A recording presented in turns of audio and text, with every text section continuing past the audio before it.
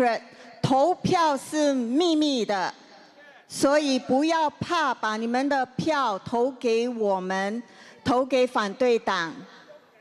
对，很勇敢。Your vote is secret. Vote for us. Even our policemen can also vote for us. Their boss will not know. Okay? 对，投票是你的自由，谢谢你。哈 ？Sorry? 好 I see the energy here today. Shall we? While still waiting for the rally to start, let's have some rah-rah. Come on, SDP! SDP!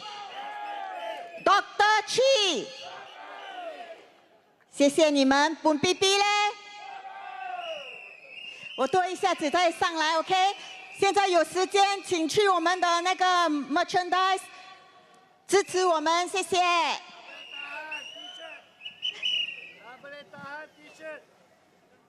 啊，对，我们有 double 大汉 T-shirt 去买啊。A reminder， 你们接下来的几天如果来我们的群众大会，请穿红色 ，OK？ 请穿红色来支持我们。For those of you coming to the rest of the rally, please come in red and show your support to us, okay? And those who doesn't have red, please behind the T-shirt, you can get your red T-shirts from our merchandise. Thank you very much. 哦，講福建我袂記，我是阿蓮哦，阿蓮對口講福建話。啊，投了民主黨一票，投徐順全一票。OK， 徐順全你去國會跟咱出聲。啊，感謝感謝。紅紅袂害人。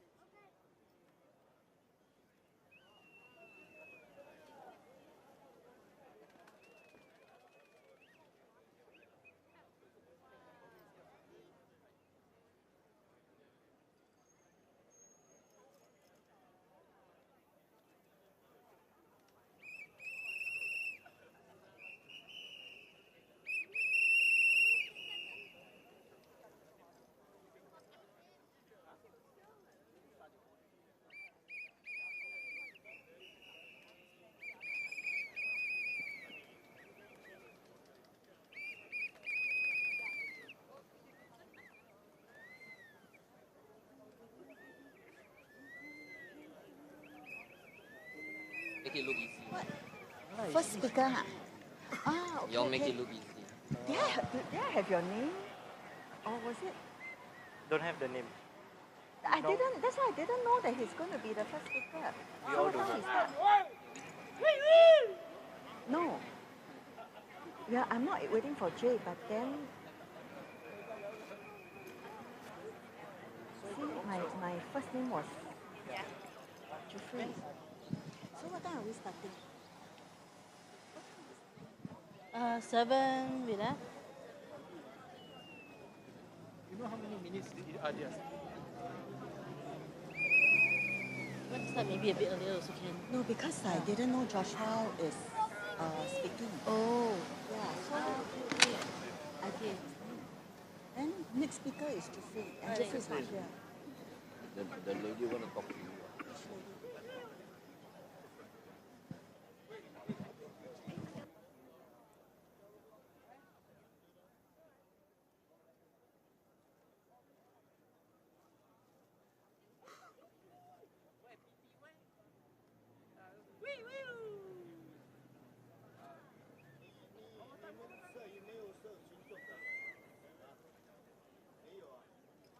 时候要排出来哪里好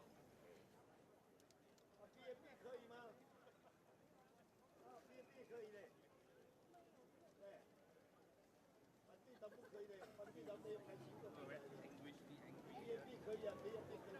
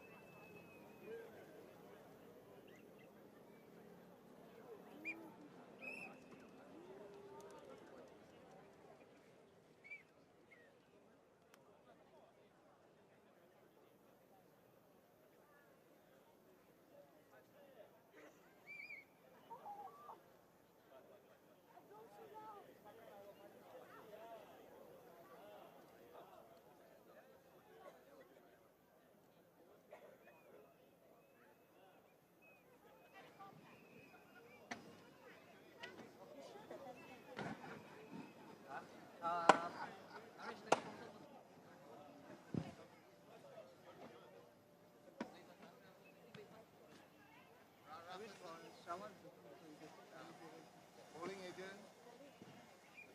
I didn't bring merchandise. Too rush. 打电话没有人听，他们说要跟我拿东西，叫一个 uncle old man 拿。我老诶，那个很重诶，阿舅的老 uncle。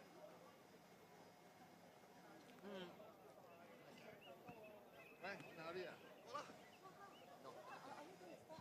Not yet, not yet. Just now.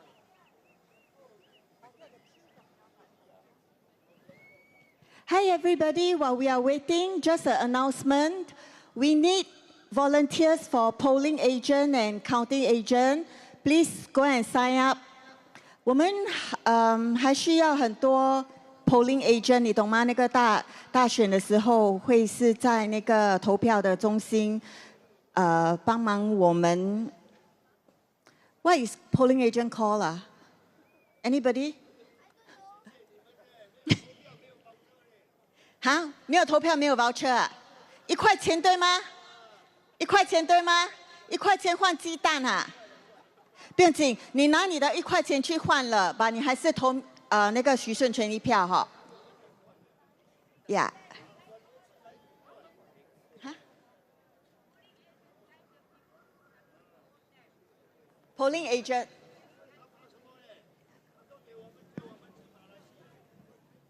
对 ，So can I please request for more volunteers to help us with the polling agent, counting agent?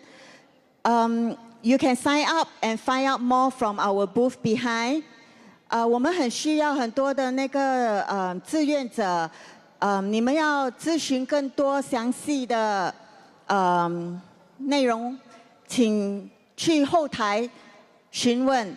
好，我们那边会有人 帮你们讲解 ，OK， 我们很需要很多的那个 polling agent，I think 是叫投票员是吗？有可能叫投票员是吗？投票代理员 ，OK， 谢谢你。We learn new things every day.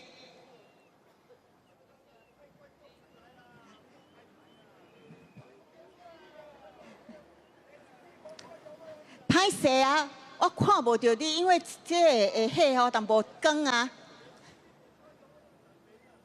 电视机看无到咱的人面。啊 ，OK。对咯，生活费的上涨，害到我们很多人民民不聊生，所以这次5年以来的一次机会，给你们投徐顺全一票。我本身认为他是全新加坡最值得把他送入国会的一个议员，30多年了。谢谢，30多年的他都在默默的为我们人民发声。So， 居民们，现在就是你们的机会，把徐顺全送入国会。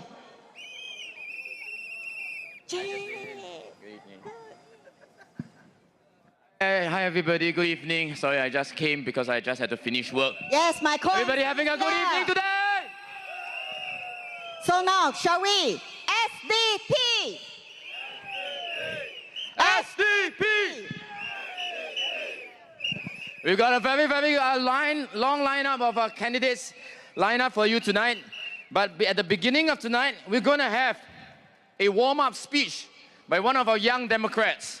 His name is Joshua. He has been volunteering for Dr. Chee for quite a while as well. Yeah, sorry.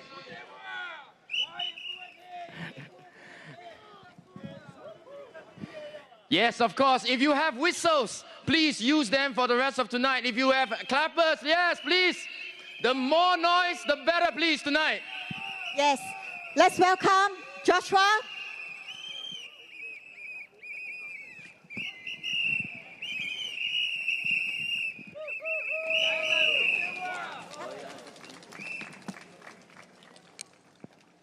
Just bear with me. I'm not Dr. Chee by any long shot. So, and this is my first rally speech. So, if I got a little bit of hiccup, just forgive me lah. Okay. Good evening, Singapore. 大家晚上好. Thank you everybody for coming today. Well, really a lot of you. It's very encouraging. Allow me to introduce myself. My name is Joshua Xu, and I am 29 years old this year. You might be wondering, what is a foreigner doing up here? 这个外劳人上台讲什么? Well, that is because my parents migrated here from Taiwan sometime in the 90s. But let me assure you that while I may look very different, I do not have a multi-million-dollar good-class bungalow, nor do I earn a $10,000 salary at Hai Di Lao. While I might be a second-generation Singaporean, I am not immune to the fear of opposition politics. Like many Singaporeans, my mom has repeatedly told me not to risk my career and safety being in opposition politics. She says it in Chinese, 儿子，不要加入反对党. As such, I have had second thoughts of backing out from today's speech. But I remind myself why I am doing this today. To give voice to those who have none. To speak truth to power. Today, I want to direct my speech to those of you who have yet to decide who you are going to vote for. To those of you who are open to consider a viable alternative. I joined the SDP shortly after GE2020. And throughout the years of being on the ground in Bukit Batok with Dr. Chee and the SDP team, back when Bukit Batok was a SMC, I have had the privilege of having the residents of Bukit Batok share their stories with me. Today, I want to share a story that left a deep impression within me. For the purposes of protecting this man, I shall name him Mr. Tan. Mr. Tan is a young senior. He works as a cleaner, earning $1,900 a month before CPF. Mr. Tan's mother unfortunately suffered a stroke and was admitted into a community hospital.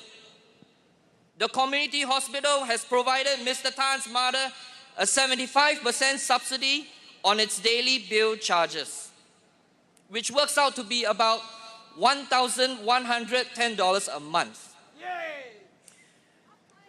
Because of his mother's financial circumstance, Mr. Tan would have to cover for his mother's hospital bills.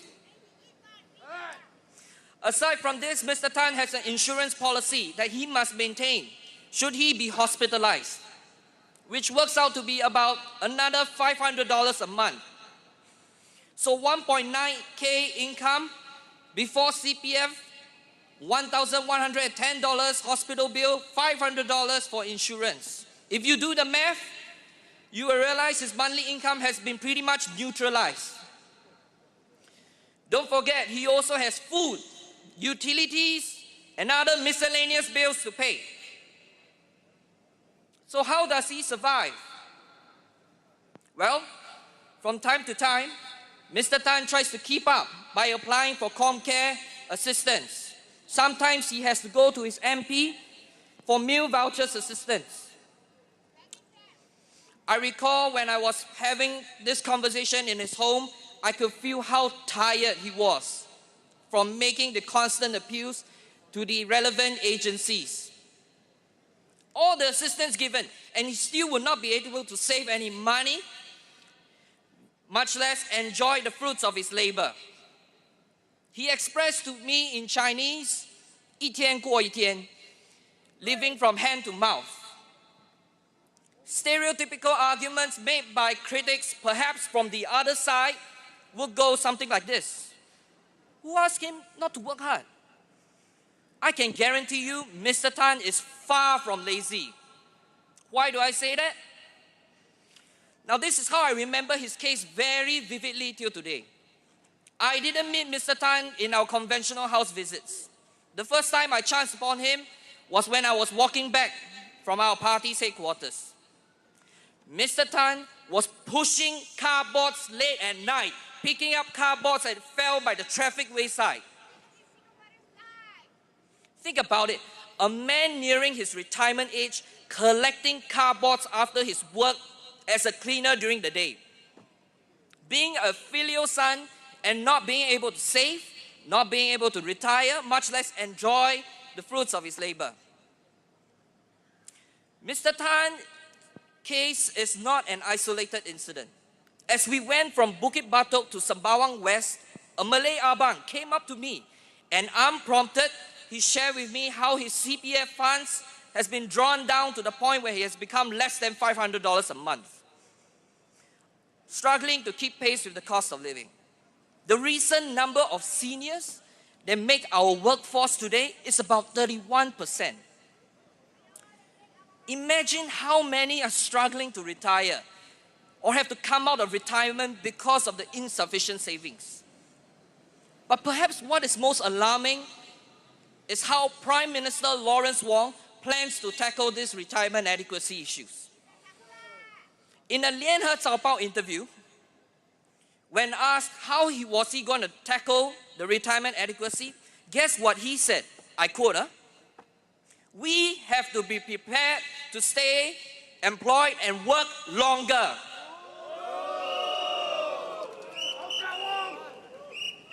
Multi-million-dollar Prime Minister. He even suggested in 2023 that a lot of people want to work because of their health. How do you tell that to people like Mr. Tan? How do you tell that to Singaporeans when an online poll shows 96% of people disagreeing with you? When big groups of seniors must rush for $1 dues, so much so that the police have to be called in. And when the whole nation has become so dependent on vouchers and rebates, I cannot help but wonder, is this the refreshed PAP? If it is, we are all in big trouble. My message is this: those who cannot remember the past are condemned to repeat it. And like Gandhi once said, the true measure of any society is how it treats its most vulnerable members. 60 years has gone by for the PAP to demonstrate how they can take care of our elderly. This is where we are at now, in constant survival mode. It is our duty to make sure that our parents and our generation do not repeat and suffer under the PAP's elitist policies.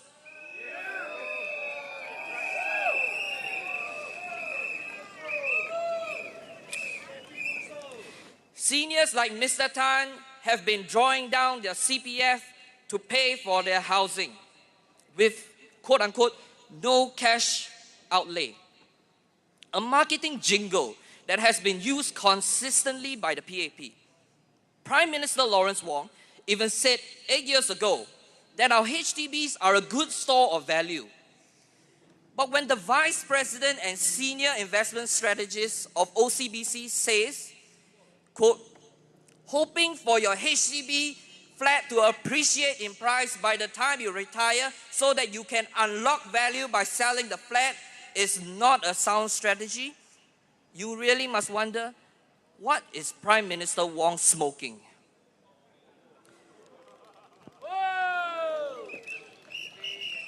This is not only unsound as a retirement strategy, but it is also extremely unsustainable for our younger generation. Our younger generation. The generation that will be the next lifeline of Singapore. The ones that will be here to shore up our national defense in an increasingly unstable world. Today, more and more HDB flats have become price exorbitant. The number used to be 71 resale HDB flats for selling at least $1 million back in 2018. As of 2024 last year, the number has now gone up to 1,035 flats. A 14 times increase in $1 million resale HDB flats. The PAP will tell you, oh, these are just a minority of flats. You still can go for BTO. But what they don't tell you is that these resale flats have an influence in how new BTO flats are being priced. Sure, you can say there's subsidy, but ultimately, where does the subsidy come from? It certainly didn't come from NTUC income, because last I checked, they wanted to sell to Allianz. Subsidies come from all of us taxpayers. And instead of trying to rethink the housing policy, it justifies the bulldozing of more and more forests to make way for flats in a nation where total fertility rate is plummeting.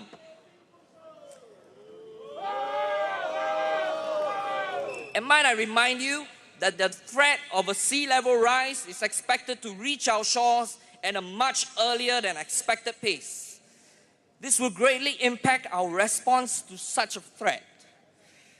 But when any attempts made by the opposition to make housing affordable, the PAP will shut it down with common criticisms such as raiding the reserves or even populist.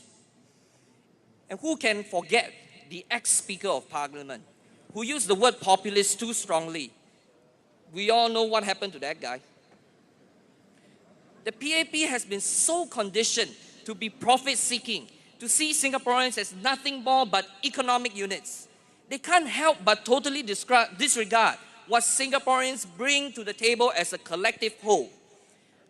The whole idea that if you make housing prices affordable, that somehow you are raiding the reserves, as we would not have sufficient investment revenue to spend for future generations, is a fallacy that even they themselves have been so convinced. They fail to see that if the same amount of money had just simply remained in the hands of the people, it could not only boost the retirement adequacy of our seniors, people like Mr. Tan, to live out in dignity, but also have the same positive effects of our economy, as it would be re-spent by the people to create more jobs, raise incomes, and generate tax revenue in the process. which ultimately just ends up back in the government. Left hand out, right pocket in. The PAP's favorite. The PAP has had a hard time raising the productivity over the years. It formed numerous committees using our taxpayers' money. Not only did they fail, but now they are taxing you to cover for their mistake. And what do they do in return to reward you? A high population density, telling Singaporeans that public fares should not be tied to service levels or disruptions, to giving out fish after suggesting in Parliament that university degrees should have expiries.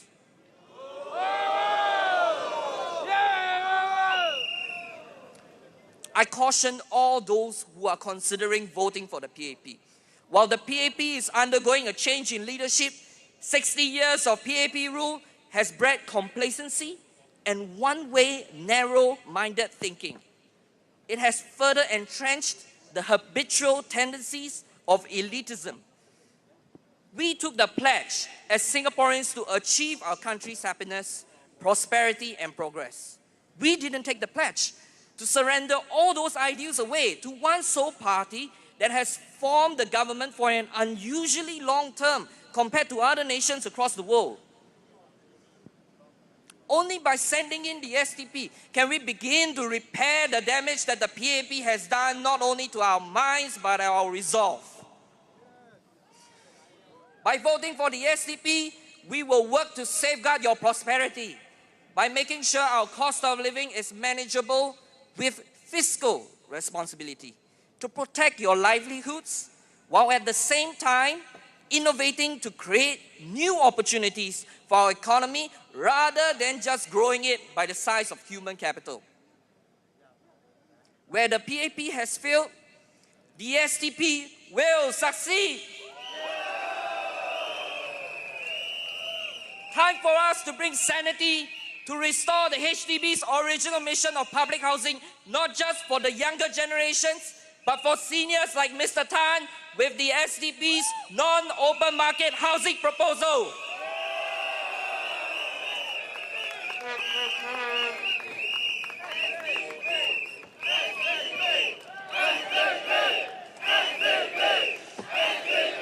Thank you. And before I just close things off, because I'm running out of time, 30 seconds. Okay. Let me just say a few good words for Dr. Chee. I've been with Dr. Chee for 4 years now. I had the chance to monitor and see for myself how this man performs. Every time I go out with him, I see his dedication for the residents, his commitment to serve, his commitment to protect those people like Mr. Tan who can't voice out because they are in fear that the PAP will go after people like him for his meal vouchers and his assistance. Dr. Chee is the man to send into Parliament. He is the person that will listen to you even if you have criticisms about his policy. He will listen to you. He will answer you. He will not back out. Let us vote for Dr. Chee in Sembawang West. Let us vote for SDP. Thank you, everyone. Let's go and bring back for SDP. Thank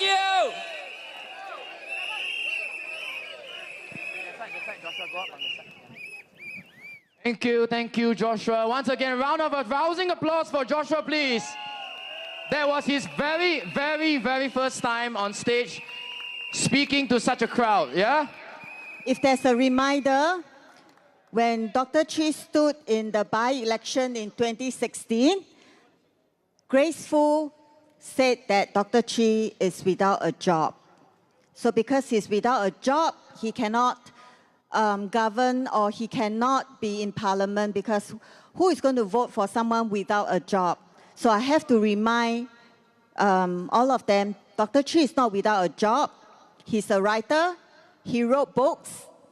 So for those of you who support him, this is one of his books that he's selling. And this, he wrote, and you can buy from our merchandise. And this book is so apt never on bended knees. And all these 30 plus years, Dr. Chee, never on bended knees, no matter what was thrown at him by the media, by the machinery, by his opponents. So he suffered for all of us, right, gentlemen, ladies? At the back over there are tentages. Today, we have volunteers manning the tentages. We would really appreciate if you could purchase some of our merchandise, because every cent will go to funding the team. For example, we have over here teddy bears. We also have books. We also have umbrellas. As we come on stage more often later on, you will see us selling more and more koyok for you. 三巴旺的居民，徐顺全，支持徐顺全的，请去买他的书。他以前一直给那个政府控告的时候，他就是以卖书来维持生活，卖书来养大他的3个孩子。说你支持徐顺全的话，请去后台帮忙徐顺全买1、2本他的书，好不好？那个沈巴湾的居民们，好不好？支持徐顺全，把徐顺全送入国会，他才可以去国会替你们发言。And if you would like to get a signature, an autograph from Dr. Chee as well, you can stay back at the end of tonight's rally and queue up nicely. Dr. Chee will certainly entertain everybody. Somebody over there mentioned one of the very important merchandise that I forgot to mention, which is the what? Tak boleh tahan t-shirt. This is in reference to an incident that happened back in 2008. If you would bother to Google about it, you will probably find out a little more. But we will not, we will spare you the details of that first, because we need to introduce. Sorry, we found a handphone. Oh no. At the ladies' toilet. What phone is this? Apple. It's an Apple phone. It's an Apple iPhone. It's on StarHub, Yes. reception. Whoever lost your phone, you just need to donate like $10 or what, you can claim it back, okay? Anything for fundraising. No CDC vouchers for use for here. CDC vouchers are not what we advocate over here, all right? I also just wanted to add one more quick, because she mentioned about graceful, mentioned about what? Unemployed and whatsoever. Ladies and gentlemen, I myself am also unemployed. In other words, a lot of us here are what we call self-employed. Isn't it, ladies and gentlemen? So what do you mean by self-employed equals to not contributing to this country's GDP? I see some of my fellow artist friends out there as well shaking banners. Yeah. So for the rest of tonight, we really appreciate your presence here. We also appreciate your cheers together. One round of very loud cheers off right now. SDP! SDP! Dr. Chee! Thank you very much. Thank you. And before we get off stage, we would like to introduce to you our next candidate who is coming on stage. He is none other than Jeffrey from from MYT JRC. Jeffrey?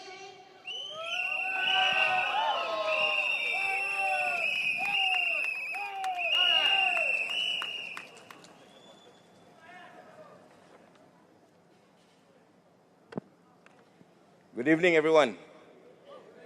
Takeho. Apa khabar? Vanakkam.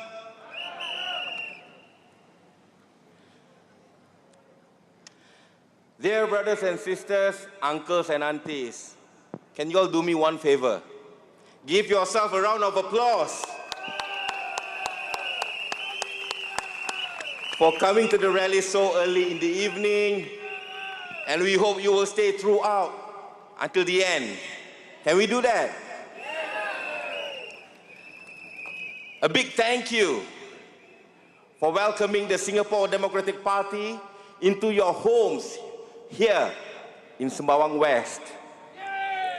And even a bigger thank you for welcoming Dr. Chee Soon Juan to your town.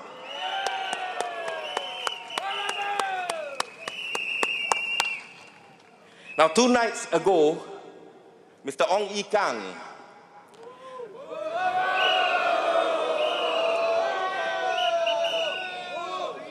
So should I continue? All right. 2 nights ago, Mr. Ong Ye Kang said that Dr. Chee, quote unquote, abandoned Bukit Batok to come to Sembawang West.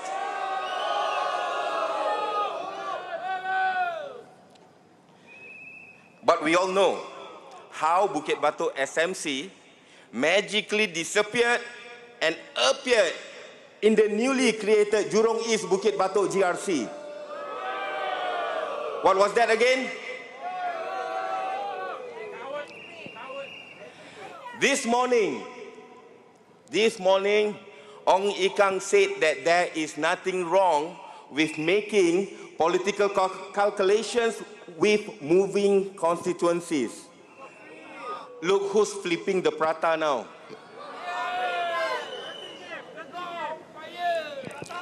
Speaking of prata, we have met hawkers, senior citizens, and youth during our walkabouts. And the message is clear. Everyone's struggling. Struggling to get by, making barely enough to survive. Is this really the life we want for ourselves? Do we really want that kind of life? There you go. I don't believe so too. We don't want to just survive. We want to thrive.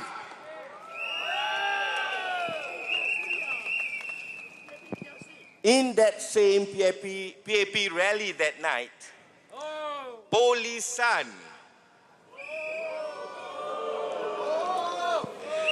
she countered our proposals, one of which was to reduce the GST. She said that money doesn't fall from the sky. Of course, I agree. We all agree. Money doesn't come from the sky. It doesn't. For us, the average Singaporeans, but not for them.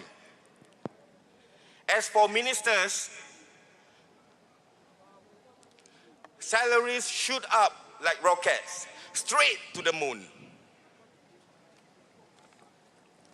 Compare this. The annual salary of the US president is about $400,000, which is about slightly over 500,000 Sing.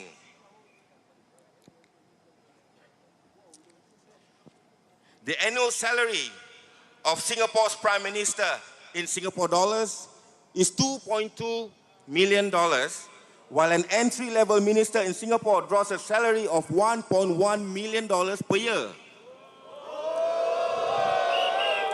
Now we say, cut the $1 million salaries. And while we are there, we abolish the useless mayor positions. What say you? We can use that money to help Singaporeans with more important things like healthcare, housing, education, real support where it matters.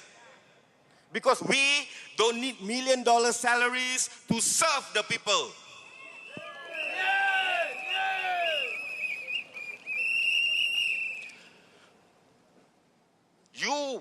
You want to be a servant of the people, then serve.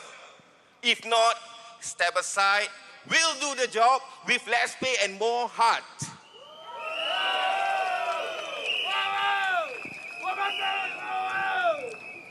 The Singapore Democratic Party doesn't believe in paying ourselves first. We believe in serving you first. Now, let's talk about this position called mayor. Can I ask you all a simple question? Do you even know who your mayor is? Exactly. Exactly. They show up for ribbon cuttings, get paid 6 figures a year.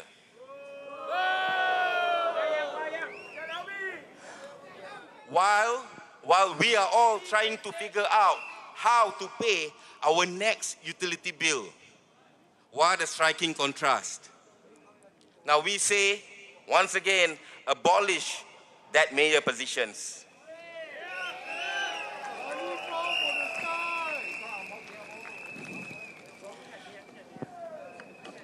With that, we can also use that money to support the people, our seniors, our students, for fund healthcare subsidies, like I said, housing grants, mental health services, because this is all about priorities.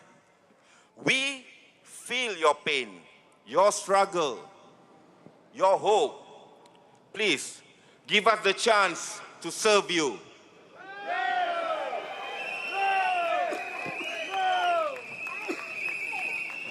This election is about fairness, courage, and dignity. And if we can stand together tonight, believe me, we can build a better Singapore tomorrow.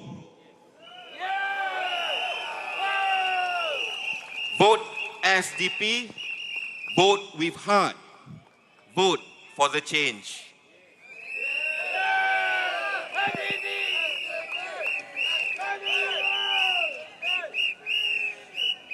Now I would like to convey some messages to the Malay community in Malay. Salam sejahtera buat semua. Kita sering dengar alasan ini. Kita mesti bayar menteri dengan gaji yang tinggi supaya mereka tidak rasuah. Betul tak?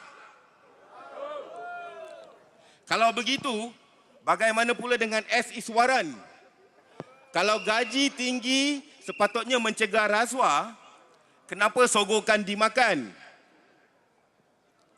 Inilah buktinya tuan-tuan dan puan-puan. Masalah bukan pada jumlah wang. Masalahnya ialah pada nilai, pada integriti, pada accountability, pada ketulusan. Di Parti Demokratik Singapura, kami tidak percaya bahawa gaji berjuta akan menjadikan seseorang itu bermoral. Kami percaya pada khidmat. Kami percaya pada tanggungjawab, pada keikhlasan. Kita tidak patut jadi pemimpin untuk mengkayakan diri sendiri. Kita jadi pemimpin untuk mengangkat rakyat. Kita perlu kembalikan kepercayaan, kepimpinan, harapan. Saya akan menutupkan pidato saya pada malam ini dengan sebuah pantun. Beras pulut, jagung berteh, air bali diikat tepi. Jangan takut warna putih, 3 Mei nanti undi SDP. Untuk bangsa dan negara, majulah Singapura, undilah SDP. Thank you everyone and good night.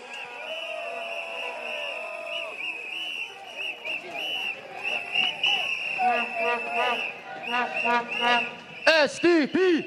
SDP! SDP。So 来届的5月3号，那就是礼拜六了，对吗？1个礼拜之后。对，你们记得要投我们新加坡民主党一票。好像刚才我们的候选人 Jufrey， 他是马斯林邮递的那个候选人之一。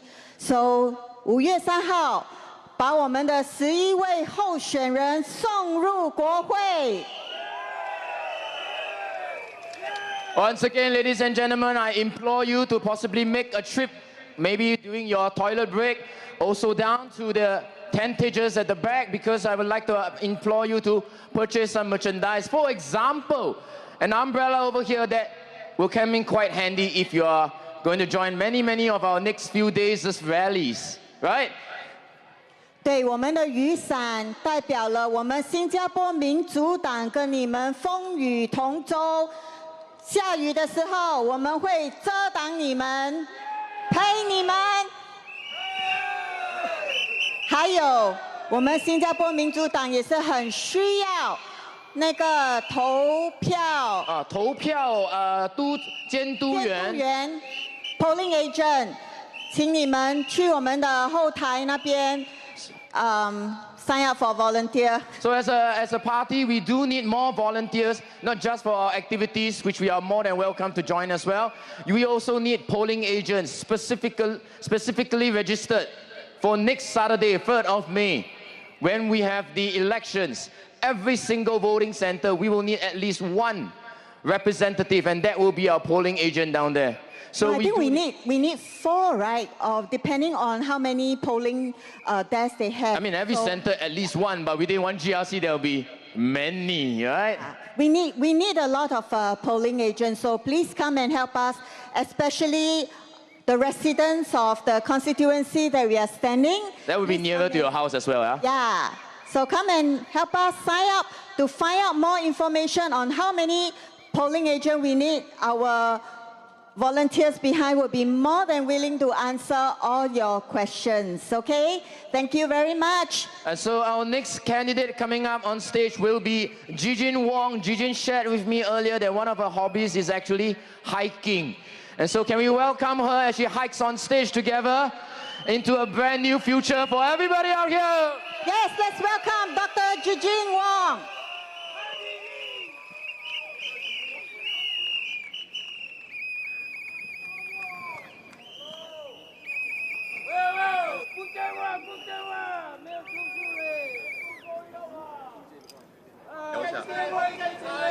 OK。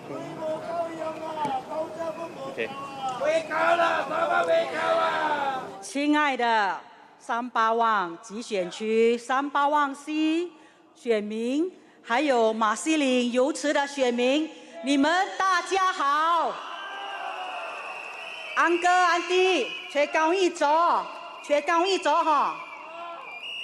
食饱未？啉酒啊，买啦，较晚啦吼。我想跟大家解释一下3个词语的意思。第一个就是政府，第二个就是公务员，第3个词语的意思就是说，我想跟大家讲的就是国会议员。这3个职务到底有什么区别？第一个，政府就是那个政府啦。government sectors 啦，里面呢就包括了很多部门啊，国防部、交通部、教育部、财政部、外交部 ，all the 部 ，OK？ 这些部门呢的负责的工作，就是对国家的对内跟对外的工作啦，就是说做那个 country 内边的 country， 甲 country 外口的 country 啦。所以无管你是落雨也好，无落雨也好，这政府部门拢都爱做工的，对无？你无政府，一般就爱做工的啦，吼。所以又回到讲最后一个，就是还有讲到我们的 public civil servant 呐，就是政府公务员。公务员就是 public civil servant 咯，只是看到马达啦、财务税务局的财务就看无公务员啦吼，就是甲政府工的啦，甲政府拍工的啦吼。伊人是伫政府部门里面做工的，所以叫做公务员呐 ，public civil servant。另外一个，我想跟大家讲的就是，你们即将要投的国会议员，什么是国会议员呢？他的工作到底是做什么的？其实，国会议员就是 member of the parliament。我是用很简单的意思跟你们讲啦，他的工作是做什么的呢？是代表我们的选区去国会里面辩论，为我们的选区的人民争取利益，去辩论啊。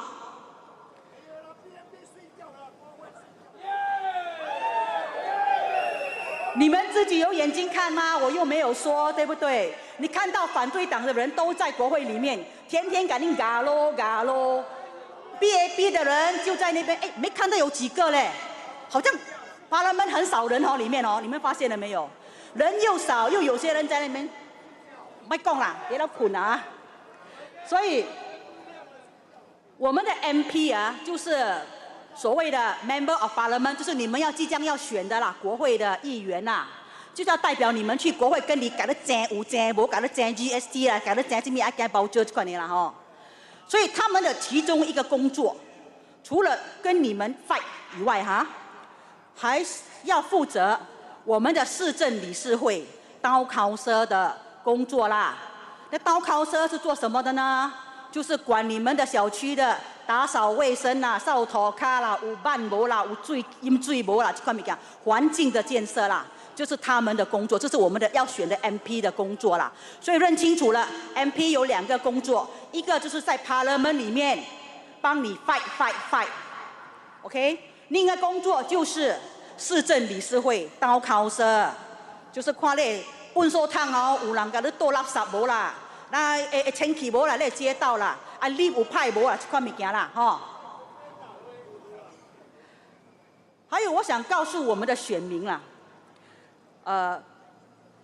即使我们 BAB 人民行动党今天不当政府了，无做政府了我们的国家还是照样走 ，bus 做照行 ，MRT 照行，马照走。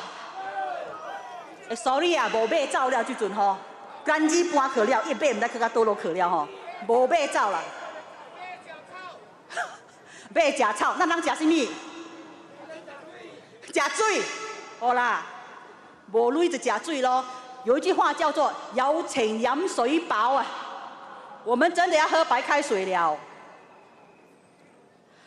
OK， 你们大家现在明白了吗？我希望我讲清楚重要的话要讲多一次给你们知道。Government 是什么？政府是什么？一个部门，伊是一个部门来的落雨、吹风拍袂走的部门第一刀的，换政府本是第一刀的，你免惊这是 government。Public civil servant 就是你的财富甲你做工的，嘛是第一刀的，伊人是伫政府部门内面做工的。MP 是你人敬的，你人敬来做什么呢？伫国会甲恁 fight 的 ，OK， 甲做刀口说的，记掉了未？你就要记清楚，伊来工课是做什么的当甲恁讲故事我知道，特别是我们的选区啦，在马西岭油池啦，这个地方真艰苦。你人会知什么代志无？我们总理的选区嘞，我们是来当炮灰的嘞。可是我们不怕当炮灰，我们为了你们，要给你们一个机会，有通选，卖 walk over。你人爱 walk over 卖？我人现在这个机会去竞你人爱选的国会议员。真正会甲你 fight 的国会议员，不是伫Parliament区，你看你你放心吗？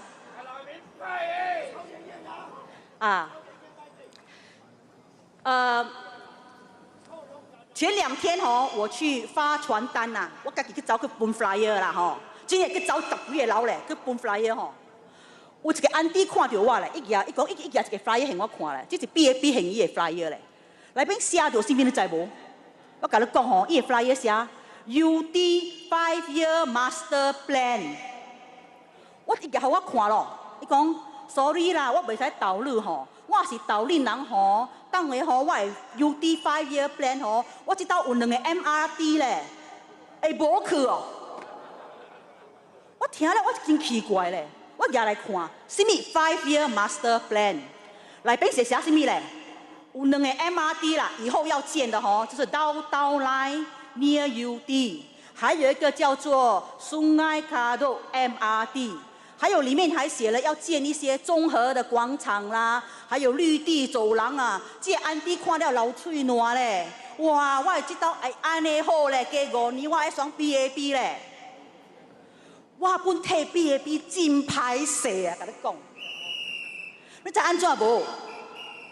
这 Master Plan 哦，市政规划蓝图哦，跟你们讲啦，很多年前10几年前已经是 plan 好了诶。你迄台厝徛的地方哦，我爱有几条 MRT 哦，爱有几个 Green Corridor 哦，即款爱开几个 estate、几个 shopping center，10几年前 plan 好势了。这 BAB 吼，无物件拿出来练哦，没有政绩，就拿我们这个 5-year Master Plan 呢，拿出来讲是一人的成绩，将来要做的嘞。我本睇真歹势啊！他们要把这个 5-year Master Plan 哦写进史册，名留千史啊！下水。我甲你讲，今日唔管是伫点做政府，我想要问我咱的 Prime Minister Lynn Wong， 也是今日 BAB 无做政府，UD 这两个 MRT 阁有无？伊的绿化走廊阁有无？有啊是无？有诶讲有诶讲无，啊是有啊是无？有，无管伫点做政府，拢总有，因为这是真侪年前 plan 好诶，所以你莫嫌伊人骗。咱新加坡人吼是真诶是吼真好骗哦，真诶烦恼啊！啊是吼。罗伦双甲讲吼，莫嫌伊哦。你若听好哦，我问哦，咱这 budget 放入去的 budget， 爱起这2条 MRT 的 budget， 甲伊的绿化走廊的，伊钱去倒落，甲咱现放咱的新加坡的 budget 啦 ，reserve 去咯。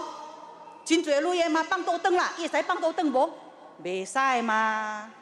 OK， 所以不管是交通建设，还是什么基础建设。都在很多年以前都已经 plan 好了，所以你们不要担心。OK， 是哪一个政府、哪一个政党起来啊执政是没有问题的。政府，刚才我跟你们解释什么是政府部门，什么是公务员啊，什么是 MP 要做的东西，所以不要把 MP 的工作讲到阿呢大。你甲你去 MRT， 我真的是输好 MP 有边甲你去 MRT， 哦。还有，作为您选区的国会议员，真正的工作是要把人民的诉求带到国会里面去，真正的好好的辩论。可是刚刚跟你们说的哈，我们没有看到几个人在那边辩论啦，哦，都在困啊，无辩哦。累排谈哦，因为很多国会议员啊，他们也在外面做兼职啦，做 company directors 啦，外口的累较多嘛，好谈嘛，做几十个公司的 company directors 啦，哦，所以无变哦。等来国会开会的时阵，较过夜了嘛，就爱困一班尔啦，较过闲了，伫外口因人真侪 sideline 做无 ，OK。所以我想跟你们说的是，我们如果被选进去当你们的国会议员啊，我们的党、我们的议员会全心全意的帮你谋福利，真正的在Parliament里面跟你 fight。你们认为你们选了人民行动党作为你们的国会议员？他们会在你所需要的地方给你提出方案吗？给你解决问题吗？你能爽的也是爽 BAB， 也给你 settle 的 problem 无？真正好的 example 啊 ，GST 有甲恁 fight 无 ？bus fare 起了有甲恁讲卖起无？水价起了有甲恁起无？搞到我们哦。什么都涨价嘞，很惨嘞，天天要靠着道龙啦，嫌我加淡薄包车啦，加2天够了，一斤欢喜啊，100块啊，谢谢 BAB， 包车叫牙 ，complain 照 complain， 我们5年才有1次机会 complain 的嘞，你平时随便国别店讲会使啊，你外口讲啊，莫等下着代志吼，啊，你们不要紧啦。如果我们这些名人出去真假了咯，又给你在报纸上说你要 block money 啊什么。可是这一次这是个很好的机会，让大家知道一下发生什么事情了。所以我们这次给你们一个机会咯。如果你们没有机会选，我们 walk over 了，你们会像 Marine Parade 这样靠北靠不了咯，真难过。我也很伤心嘞。那天我听到 Marine Parade walk over 哇，我的心整个我都不懂得怎么讲，很难过，很难过，真的。作为新加坡人，我很难过了，所以现在给你们有机会做选择，希望你们在投票当天做出明确的选择，要选择怎么样的议员来代表你。我再跟大家分享一件事情啦，历届的大选，在总理的选区特别是李显龙那边的我是做昂摩球的啦，他的总理的选区的选票都会90%啦、80%以上的，所以这一次我们这些炮灰啦，真的是不当输的啦炮灰啦，来做炮灰给你们啦，没有关系，我们不怕当炮灰。我是希望通过大家的努力，帮助我们把选票拉得更靠近一点点，别像那输到安尼惨啦。当个 deposit 无去啊，那个阿拉芬那个 elephant 你们知道那个 elephant 吗？那个吉零件无讲话真正也真强一颗无 ？Our future 变担心啦，我特别讲 Our future 变担心啊，你看 elephant 啊，还未娶某个咧，27岁。当然伊的 deposit 无去，伊妈咪没死呀！你看你啊，叫你不要去大选，你去大选啊 ，deposit 无去啊！所以我恳求大家马西林 UD 的选民帮帮我们，别让咱输到安尼惨，把选票拉近一点点，拜托拜托。还有，我想请问你们你们的国会议员为你们服务的选区，知道你哪一座政府主屋有积水吗？那个走廊有积水、有生蚊子的吗？知道你哪一个电梯有安全隐患的吗？还有，知道我们 Woodland 的 Stadium 那边的那个 track jogging track 那个跑道有几个洞吗？你们在那边跑步要小心点不要跌倒了很麻烦这个是 MP 要做的工作了，为民服务。OK 啦，讲老尾一句啦，榴莲的故事给恁听啦。新加坡人喜欢吃榴莲对无？罗伦王讲无包赢啦，咱真艰苦的 ，BAP fight very hard， 团队党真 strong。我想要讲的伊讲无包赢是咧买同情心咧。我是要讲伊是包价令人榴莲包价 ，OK。所以，请支持我们新加坡民主党，选我们一票，谢谢你们。Voucher 叫 Q， 投票投民主党。OK， voucher 叫 Q， 免歹势，一块 voucher 去 Q，but 5月3號會記投讓新加坡民主黨一票 ，OK？ So do please vote for SDP on this coming Saturday, 3rd of May. Once again, I bring on stage a smaller version of a bear. We have various versions of this bear, from the small to the medium to the large, and they're all available at the back because all of these merchandise will go a long way to supporting the SDP in our endeavor to get into Parliament to support and represent you guys. And we also need a lot of polling agents.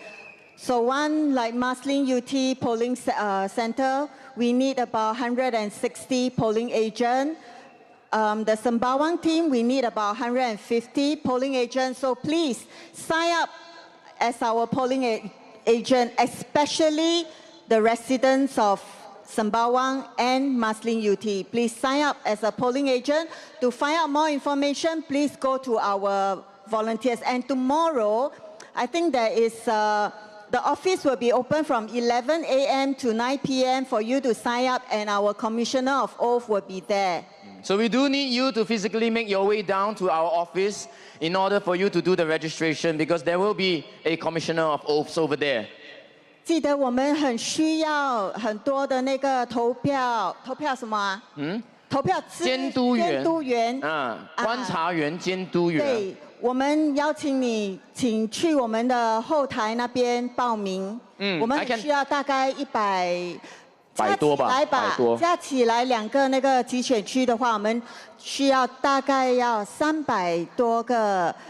加减也要300咯。对，也要300。I can also share that I also was a volunteer for a polling agent 5 years ago, and that was in Bukit Batok. And it's very touching when you are on duty, representing the team that you really passionately and fervently support, just to see how it resonates with the people coming in, streaming in hour by hour. Yes, and you know, our polling agent, our candidates are also working very hard. And during the polling days, they will actually be the one going around sending lunch and dinner to all our polling agents, appreciating all our polling agents for their efforts. Because we take nobody for granted. We really appreciate all of your help. Yes, it's going to be fun because you get up close and personal in how this whole polling works, and which is why I must remind you all, voting is secret. 投票是秘密的。 It's definitely secret. I think one of our candidates, Arifin, has also made a video to share about how secret it can be. Yeah, so don't be afraid to vote for us. Don't be afraid to vote our 11 candidates to Parliament on the 3rd of May. But you know, Jaslyn, I can share with you something that is not so secret. What do you think is one of the favorite hobbies of our next candidate elector? He says that he loves to play mahjong with his parents. Anybody else who here play mahjong, please? 如果你们有3缺1的话，你们可以邀请我们的下一位候选人来加入你们的麻将局。 But for Lawrence Wong, to insinuate that we in the opposition all over are gambling with your lives, that is quite far-fetched kind of fear-mongering, isn't it? So Alec is very much serious about reformative change here for you, for me, and for Singapore. Everybody, Mr. Alec Tok, SDP Muslim UT team. Aloha. It's okay. Okay. 大家好，我是新加坡民主党的卓金元，今天有点感冒，想问问大家，谁是第3次来到我们新加坡民主党的群众大会？谁第3次？哇，有第3次。谁第2次？有没有第2次？谁第1次 ？OK， 很好。OK， 前几天我卖了一个关子，对吗？我跟前晚的群众大会的观众说，有很多话题，我不谈，我选择了那一次，就是谈一下这一次竞选的游戏规则。今晚我就直接切入正题来谈。从今年1月23号的 CNA 电视新闻播到的头版头条，他说新加坡的生存，头版头条啊 CNA 啊，他说新加坡的生存必须靠外国人。12个字：新加坡的生存必须靠外国人。这是一篇 CNA 新闻报道采访人力部部长陈思龙，访问他后，根据他的话所定下来的头条：新加坡的生存靠外国人。我们新加坡人走过了60年的路程，60年的一党专制，60年一党操作教育政策、经济政策、人口政策，最后得到的结果是什么？是什么？是新加坡的生存必须靠外国人呢。其实，说真的，如果外国人到新加坡的原因是为了增加或补充一下我们劳工的几个行业的短缺，这我可以接受。可是，问题是，我们的政府已经让这些外国人侵入了，让这些外国人占据了各种各样的行业，造成许许多多的我们无法找到工作。让我先澄清一点，我们新加坡民主党不排斥外来的劳工，我们针对的不是他们，我们针对的是政府的外来劳工政策，无限制、无底线、无情的外来劳工政策。他们的薪水那么低，谁会请我们？谁会请我们？结果我们被排除在外，眼睁睁的看着他们占据越来越多的领域，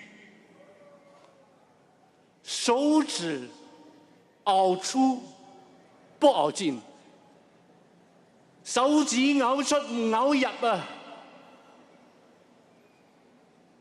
我们真的必须问问黄循财总理，你能不能够重新探讨这个问题，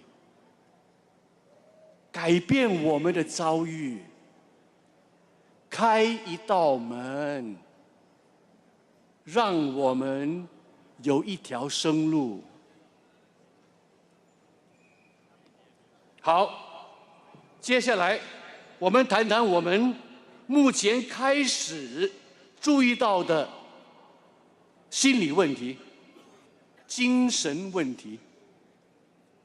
根据我国的心理卫生学院和其他的国际心理卫生组织的统计数字，49%的新加坡人透露，他们每天持续几个星期感到沉默、犹豫、沮丧。25%说他们焦虑到无法应付日常生活中的事物。27%的年轻人说他们在近期有过自杀的念头，10%还好几次有这种自杀的念头，40%说他们因为感到压力太大，曾经必须向公司请假。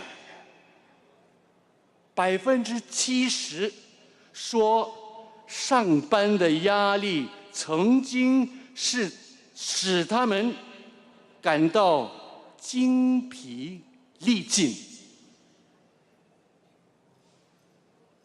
在2023年，世界卫生组织的精神健康报告指出，被访的新加坡人透露，他们认为心理健康的问题，年轻人心理健康的问题，是我国最严峻的疾病，比癌症和糖尿病还严重。海峡时报认为，年轻人的心理健康问题已经可以算是一种国家的危机啊！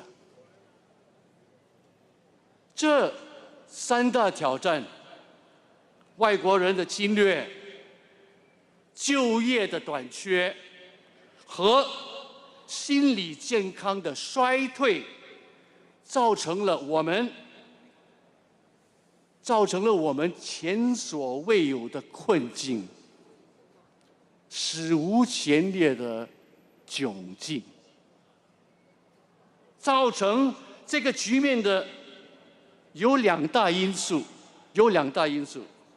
生活费提高所带来的冲击，和人口无局限增长所带来的密集和密度。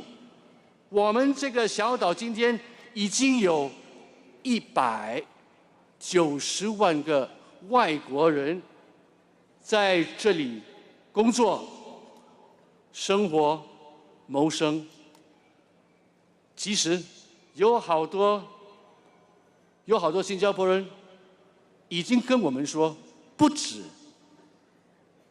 190万个外国人。这又造成了几个现象：人多，物价自然提升了；政府必须建造更多祖屋、诊所、医院等等等等，又造成国家费用提高，然后从我们身上增加所得税。简单的说，这些就是人口无限制增加所带来的逆境。我们大家应该劝劝黄循财总理啊，在这选举的期间，告诉我们他心里的那个数目，到底他会让我们的人口增加到700万、900万，还是1000万？请告诉我们，先告诉我们，让我们通过选举，让你们通过你的投票，告诉他，反映给他，你们到底认不认可，同不同意，接不接受？请告诉我们，这个竞选告诉我们，让我们的投票给你我们的答案。我们新加坡民主党不是提倡把国门关闭、拒绝外国人，不是，我们主张的是，我们一定要有一个限制，有一个怎么保护和担保新加坡人的就业机会的计划。其实我们真的没必要不停地增加人口。世界上有好多国家人口不多，可是在经济和科学的领域都有非常出色的成就，他们的企业也在国际舞台上有惊人的成绩。宜家、Spotify、Volvo 车、Carlsberg、台积电等等等等，都是小国家瑞典、丹麦和台湾的公司。我相信我们也可以。决定胜负的，最后不是一个国家的大小，不是人口的多少，而是一个人民的气场。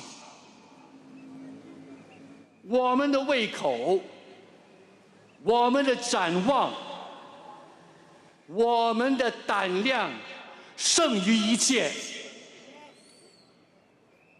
如果你真的以新加坡为荣，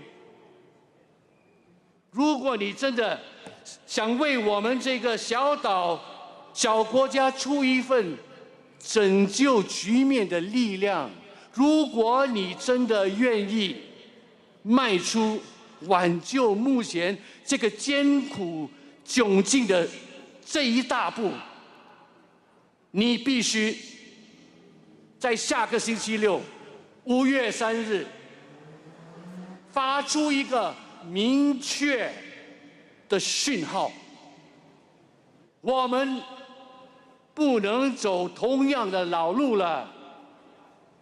我们要的是一条我们可以全心全意、毫无犹豫、充满希望的光明前程。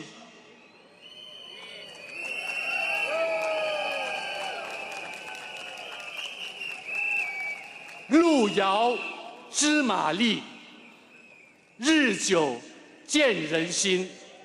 我们新加坡民主党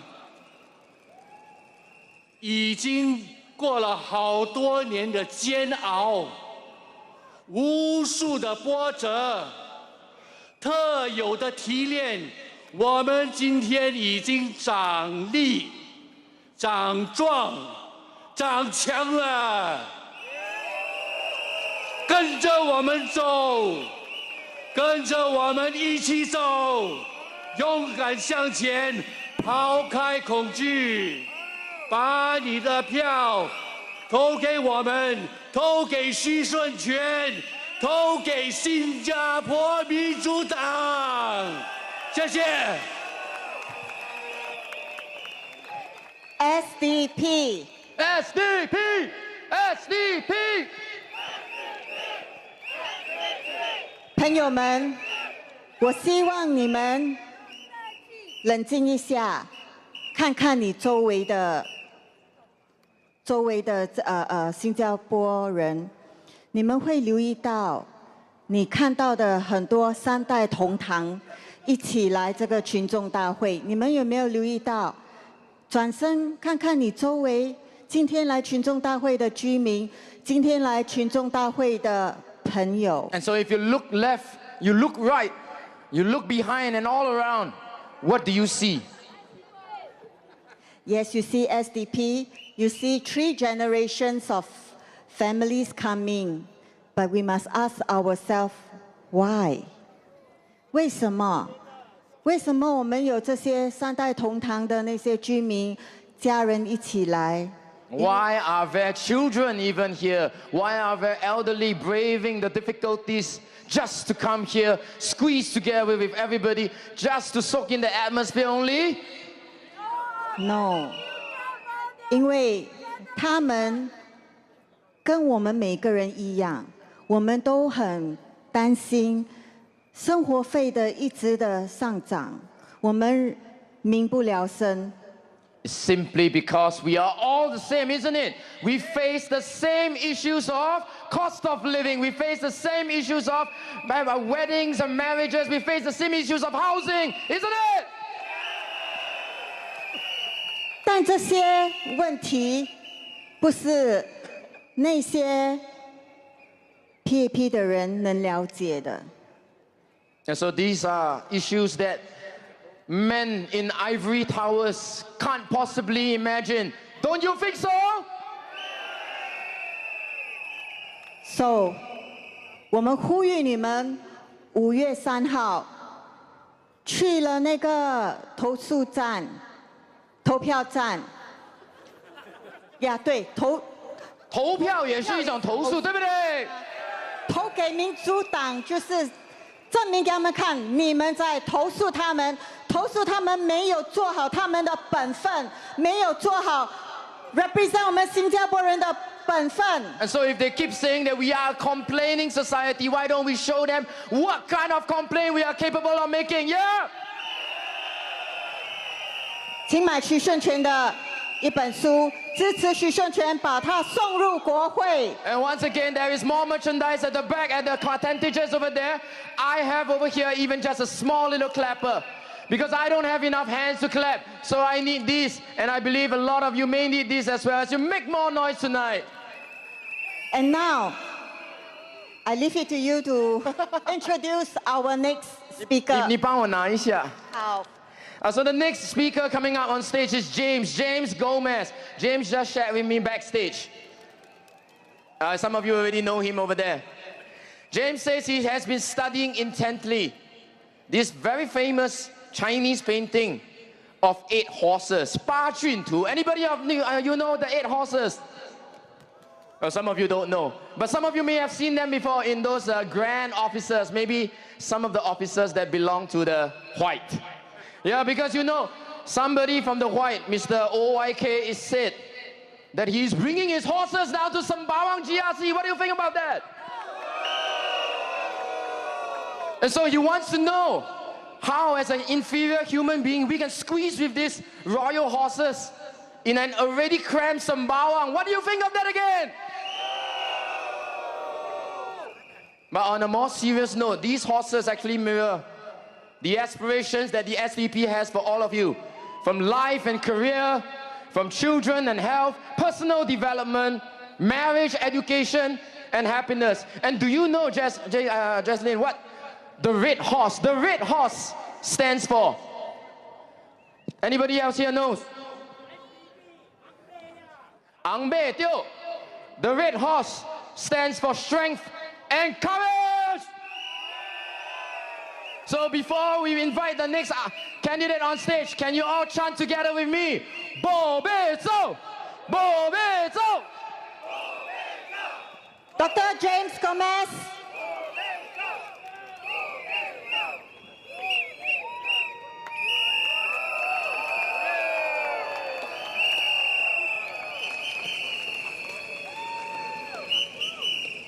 Lynn Ang Tai Ke, Ho Bo, Cha Ba Bei, Wa U Che Tai Che Ai Ka Lynn Ang Kong, SDP, Bo Bei Zhao, SDP, Bo Bei Zhao, Có lại SDP, Bo Bei Zhao. You come to Sembawang, you bring the horses, SDP, Bo Bei Zhao.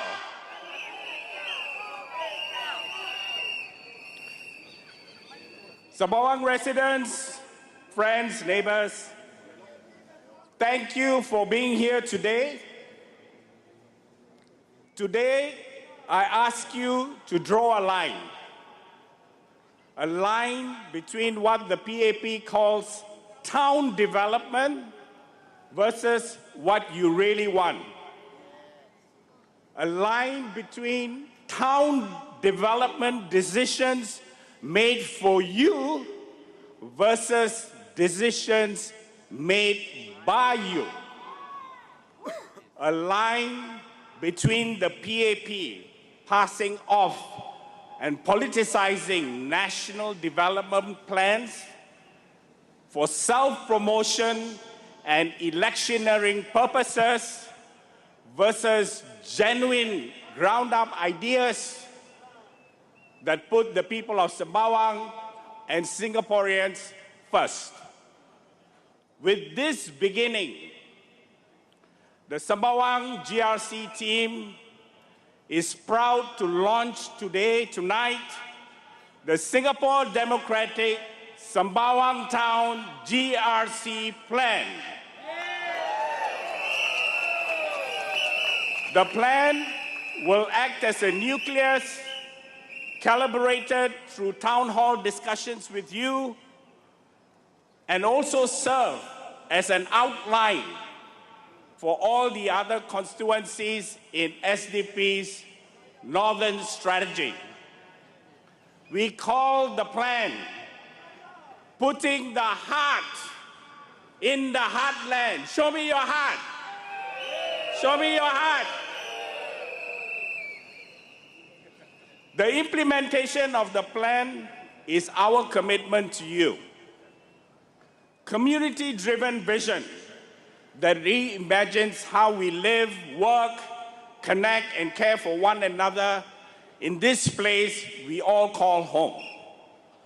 But for too long, planning in Sembawang has not been done with us. It has been done to us.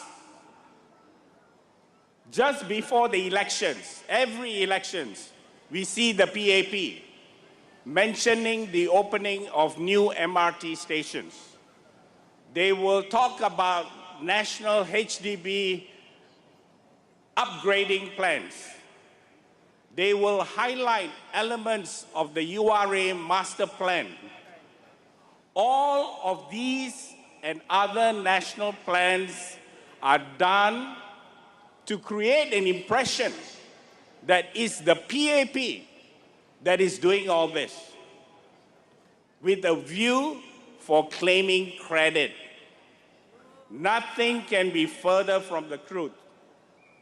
Meanwhile, in the last two elections, Sembawang residents have continued to face a set of unresolved issues. From cluttered corridors and stairwells, water runoffs and flooding caused by heavy rains, you know this, amenities development being unresponsive to the changing demographics of Sembawang, looking out for the needs of the elderly, young people, and young families, overcrowding in common areas such as around MRT trains, and very, very dirty public toilets. And the list goes on. These ignored concerns have made neighborhoods in Sembawang feel like concrete columns to which people scurry to after a hard day's work and caregiving responsibilities, to be by themselves without the support of a wider community. It's a pity that the PAP town management has turned Sembawang into this. With the SDP, there is a better way forward. A way that puts people, not the self-centered PAP politics of re-election, at the heart of town development. The SDP's way, or we like to call it the people's way, recognizes that infrastructure alone, without the inclusion of the community or the heart, is meaningless. For SDP, a town is more than concrete and corridors. It's about community, dignity, and shared purpose. So what are we proposing? First, we are going to fix the basics. Things that have been broken, delayed, or promised for years without action. You should not still be walking in rain because sheltered pathways that were in the pipeline 5 years ago are still in the pipeline. You should not be gathering at temporary bus stops that continue to be temporary. Flood-prone areas, especially near playgrounds, walkways, and lift landings, how dangerous is that? Should not be ponding every time there is rain. Rains should not be coming into your corridor, hitting your door and entrance, and seeping into your home. You not be subjected to overcrowded feeder buses during peak times.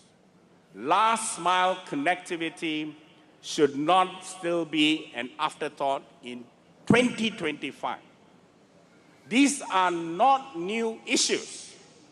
These are just unresolved ones, ignored by PAP's aljunied abandoning and Sembawang parachuting Ong Ye Kang and his team. By electing SDP MPs, you will have these issues resolved firmly. Your SDP MPs will also organize regular town hall meetings to gather your feedback. Even if there are difficult requests, even if you are difficulty in sharing these requests, we will do our best to resolve them.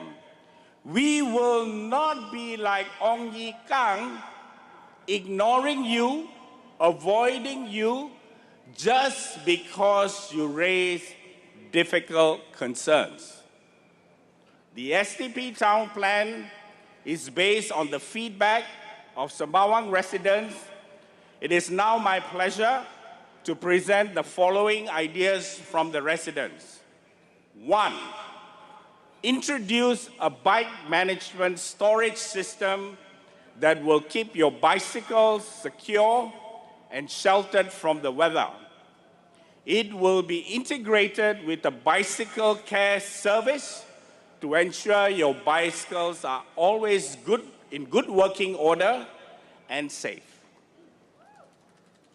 2, we will introduce under the block storage spaces to encourage corridors and stairwells to be kept clutter-free and comfortable for passage. The storage facilities can also include lockers to receive your online packages. 3, we will create co-working spaces with Wi-Fi, air conditioning, and ample sitting area, whether it's for quiet study, new ways of working, or for small groups of discussion, so that you can be comfortable and enjoy the new ways of studying, learning, and collaborating together. 4, we will identify and install more sitting areas in accessible locations, armrests, backrests, for added support, ramps, and shelters, especially to help our elderlies have a comfortable rest stop and be out in the open. 5, we will push for lifts on all major overhead bridges that still lack them. Seniors, persons with disabilities, or parents with strollers will particularly see and enjoy the benefits of this suggestion.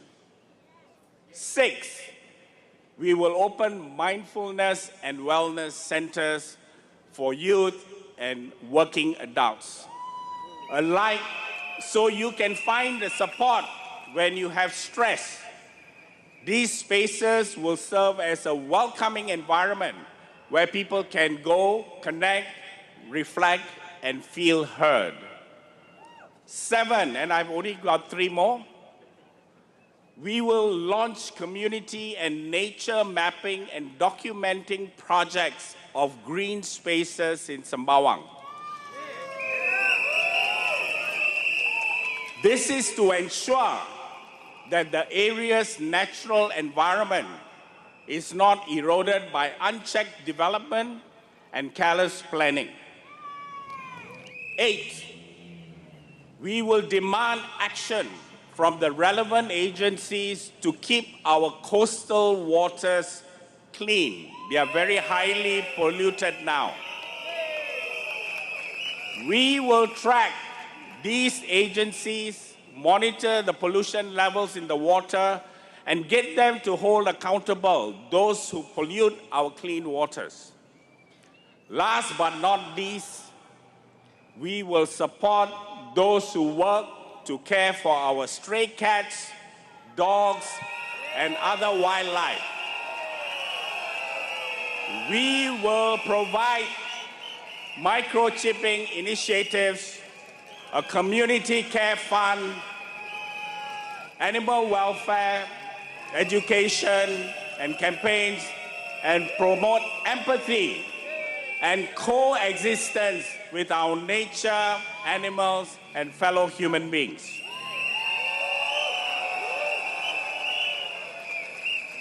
A reminder, all these proposals came from you, the residents, and have one simple principle, that a town must be people-centric, that a town belongs to its residents, not to the PAP real estate political portfolio.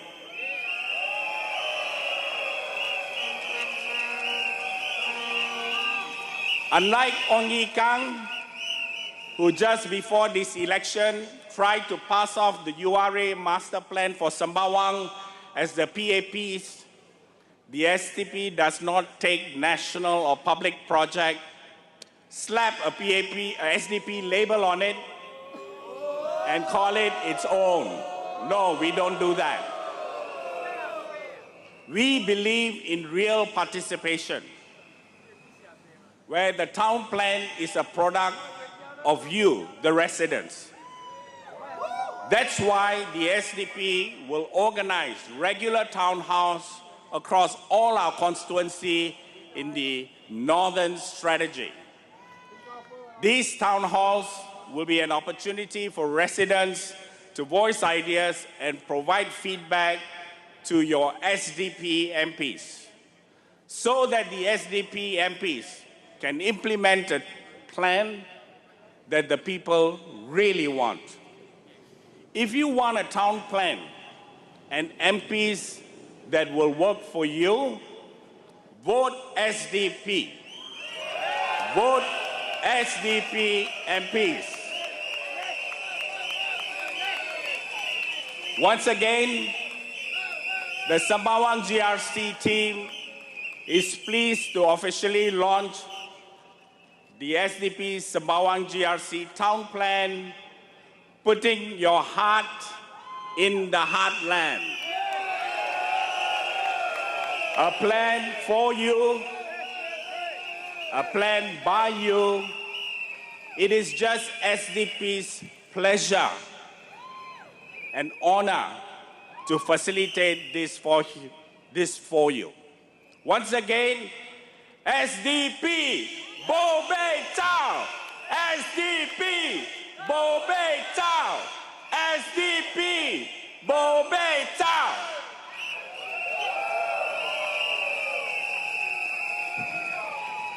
居民们，你们热吗？我们后台有这个 Danny the Bear 的那个扇子，记得要去买哦。OK， 安哥，我看到你，会记买哈，会记买哈。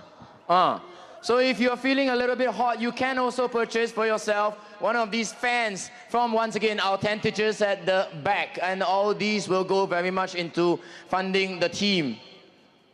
The next candidate coming up on stage will be Brian. Very quickly introducing Brian. He is an ardent supporter of the national football team of Singapore, because as opposed to some who only appear to take selfies with our national athletes only when they win, Brian has been supporting the national football team through its downs and ups. And so here he is pledging to do the same for all of you in Sembawang GRC. Mr. Brian Lynn.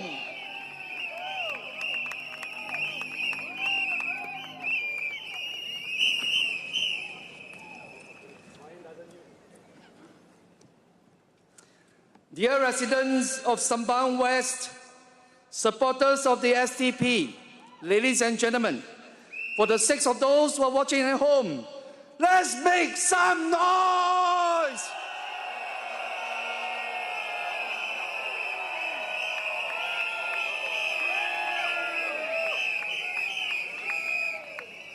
My friends, for too long, we've been told to keep our heads down, to stay silent and accept things as they are.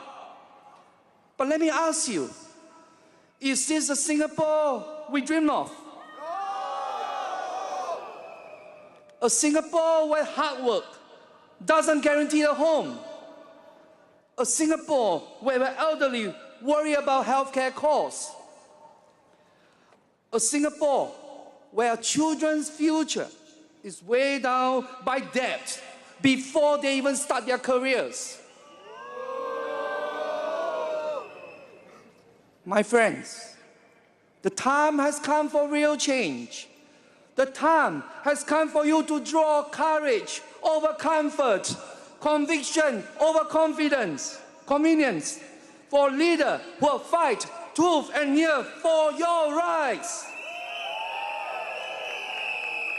And that leader is none other than Dr. Chee Soon Juan.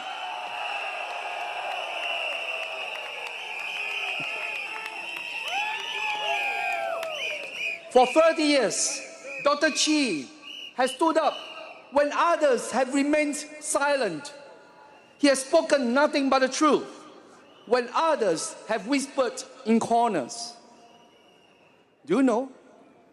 He holds an unofficial Guinness Book of Records to have been sued by 3 former prime ministers.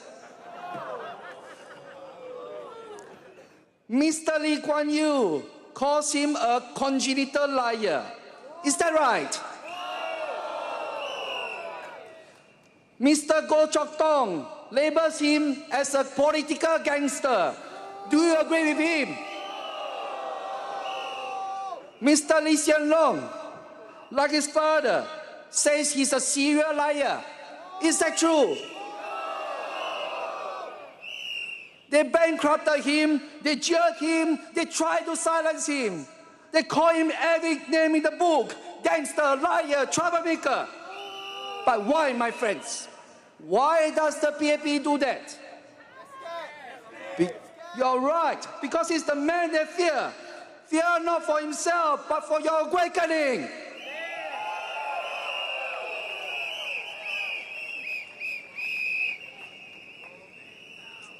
Dear residents of Sembawang West, it's time to show them. It's time for you to choose courage, not fear.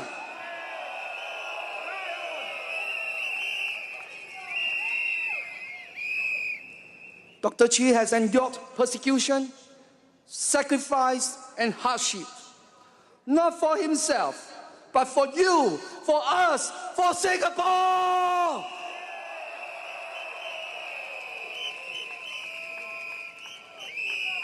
Ask yourselves, my friends, who truly understands the struggles of the everyday Singaporean?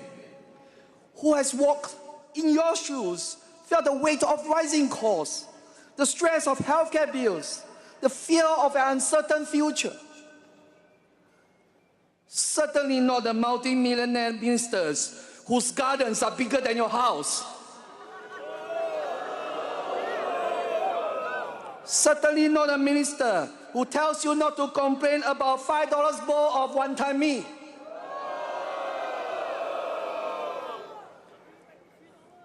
My friends, Dr. Chee doesn't just talk, he lives it. He doesn't just promise, he fights for it.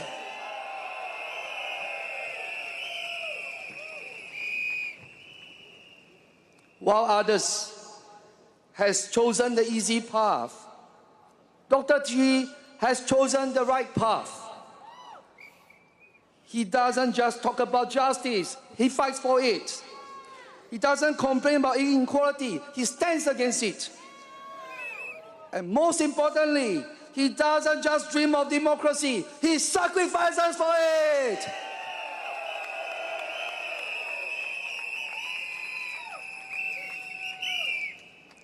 The PAP will tell you, hey guys, be grateful. Stay quiet. Don't rock the boat. You know what they actually mean? They actually mean that don't rock their cruiser so that they can continue to collect their big fat salaries while you scratch the bottom of your barrel.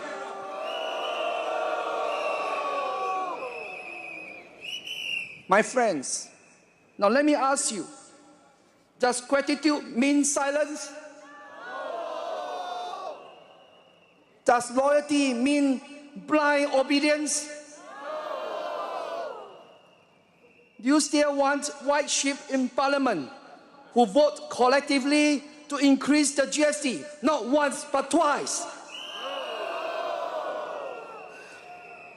Do you still want white sheep benchers who fall asleep in parliament because there's no need to debate with their own kind?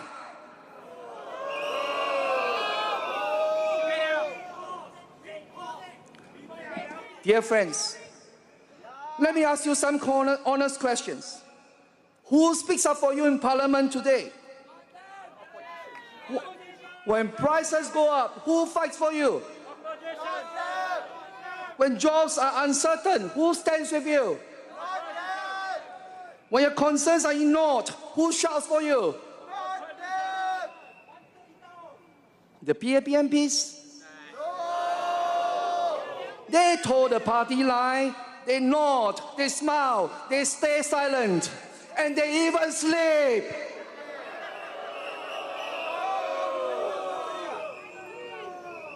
But Dr. Chee, he rose.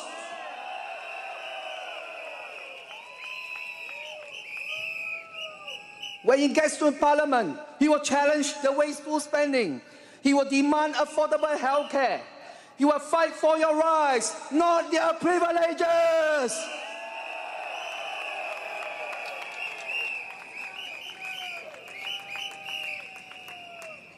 I urge the residents of Sembawang West to vote for Dr. Chee, who will be that lion-hearted MP who will roar for justice, for fairness, for your rights.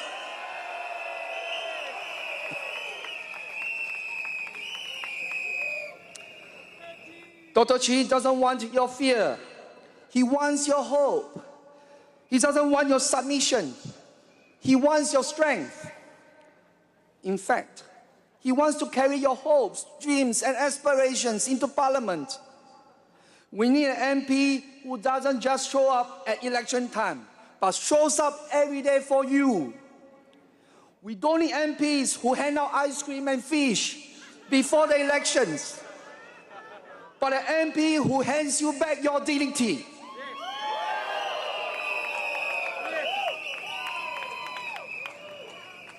My friends, most importantly, we need an MP who doesn't serve the system, but serves the people.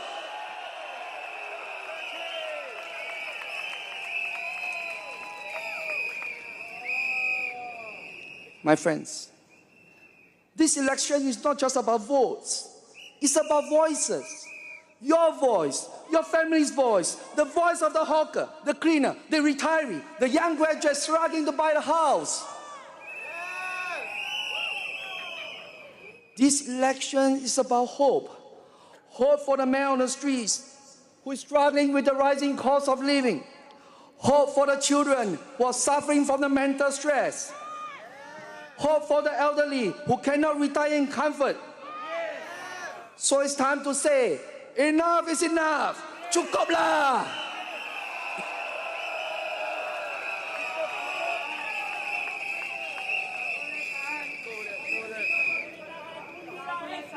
We don't need more yes men in Parliament. We need a man who will say yes to you.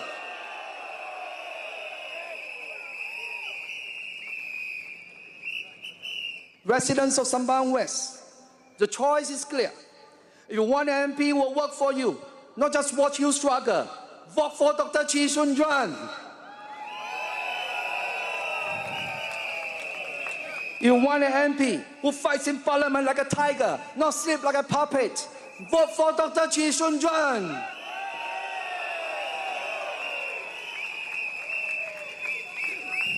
If you want to live with dignity and thrive, not just survive, vote for Dr. Chee Soon Juan.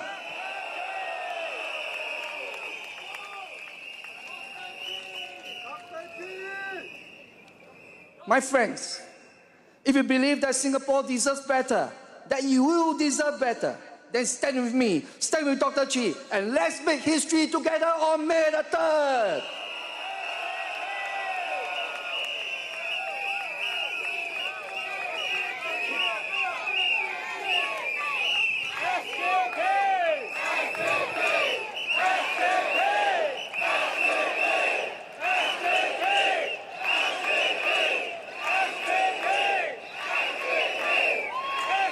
My friends, the future starts now. The power is in your hands. Let's bring real change to Sambawang West. Let's bring real change to Singapore. Dr. Chee Soon Juan, your voice, your fighter, your MP. On May the 3rd, vote for courage, vote for change. Thank you, everyone. SDP. SDP. Dr. Chee. Dr. Chee. SDP. Dr. Chee. Now, Jesslyn, Brian just now mentioned about someone whose garden is bigger than our house. That's not exactly correct. Huh? It's actually bigger than 3 of this field that we are all here squeezed together, isn't it? But since we're all here already together, let us be part of this sea of red as we pass our balls of hope to you for a better future across and with everybody. Yay, help us roll our ball, roll our 11 candidates to Parliament. And so that we have all your hands as part of one Singapore. Those holding the flag, please be careful, don't burst our... Yeah, do avoid puncturing it with your sharp objects, like your flagpoles. Yes. Roll our ball, roll our 11 candidates to Parliament. By the end of tonight, everybody's hands must have touched the balls. Ang ang bui hai lang, tong ye kiu, u ko ling ho, me di tiu bei piu le. Lai ki tong ye kiu. Okay, we need some instruction. The ball go from behind, come back to the front. Don't pass the ball to the school over there. We cannot take it out.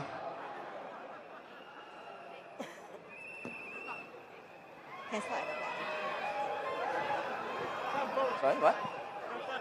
So you say that side they're having a lot of fun. Make sure, as I said, everyone's hand should have at least touched the ball once, maybe twice, multiple times. Touch the ball, roll the ball, and roll our 11 candidates to Parliament on the 3rd of May. Remember, your vote is secret.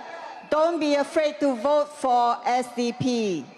And at the same time, since some of you already are whipping out your phones, feel free to take selfies with a quick snap of the ball coming near to you.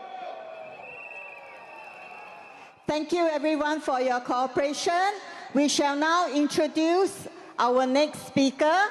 However, Jesslyn, the next speaker needs no introduction. Every single day, videos and videos of him, interviews online as well. Okay, so for the balls as well, I was told, you can pass the balls around, but eventually it has to end somewhere at the back. Okay. So that our staff will come and help to collect. Okay, now, we need all your scream, all your whistle, because he's also another candidate that needs to be in Parliament. Dr. Paul Tambyah!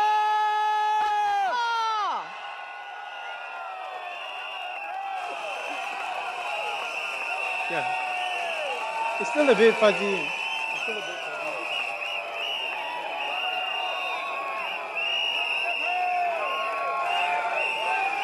Yeah. Okay.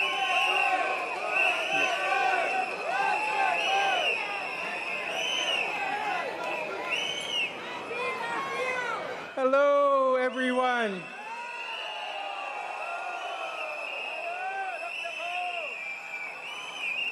I'm so happy to be here tonight to speak with you, and in particular, in support of our candidate for Sembawang West SMC, Dr. Chee Soon Juan.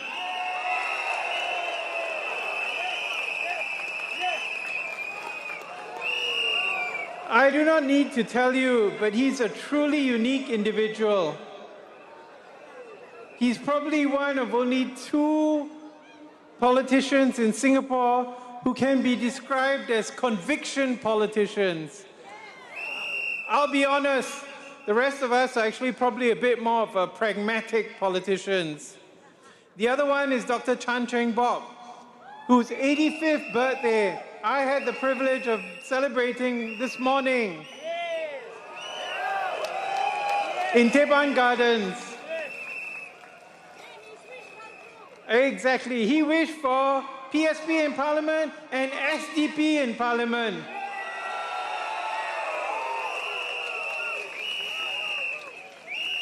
Very few of us will want to be walking the ground trying to persuade people to vote for us when we're 85 years old, after a long career as an MP, as a doctor, and a businessman.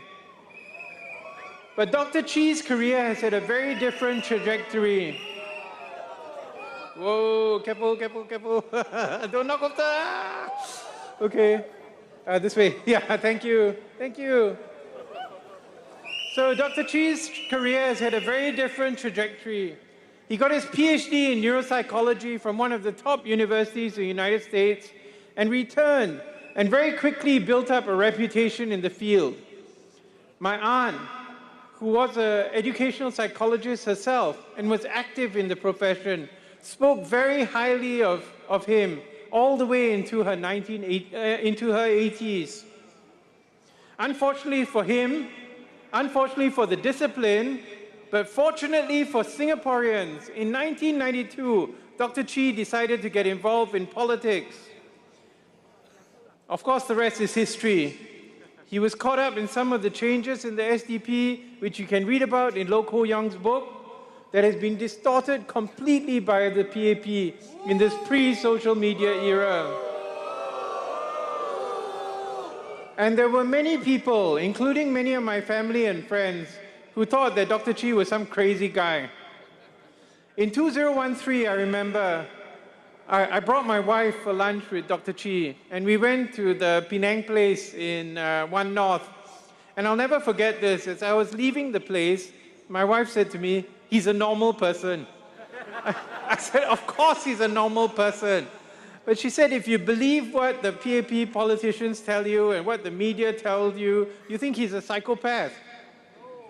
For many Singaporeans, though, the turning point was the general election in 2015. That was when Soon Juan was finally allowed to speak to the public unfiltered. I remember the most striking moment was the rally at Commonwealth when he spoke in 4 languages and 3 dialects. You know, he hadn't been allowed to speak for almost 10 years, so that's why he just had to let go. 2 images that stick to my mind were, before the general election, he was standing outside a MRT station selling his books, and people crossed by on the other side. During the general election, in one of the rallies, there were people who queued up for 300 meters all the way around this field just to get him to sign the book. Some of them waited 1.5 hours. What made the difference? I think it was social media, because that gave Singaporeans a chance to get the word out that Dr. Chee truly believes in a better Singapore for everyone. He also has the personality and the talent to make that happen, and hopefully on May the 3rd, you residents of Sembawang West will give him a chance to prove this through your votes.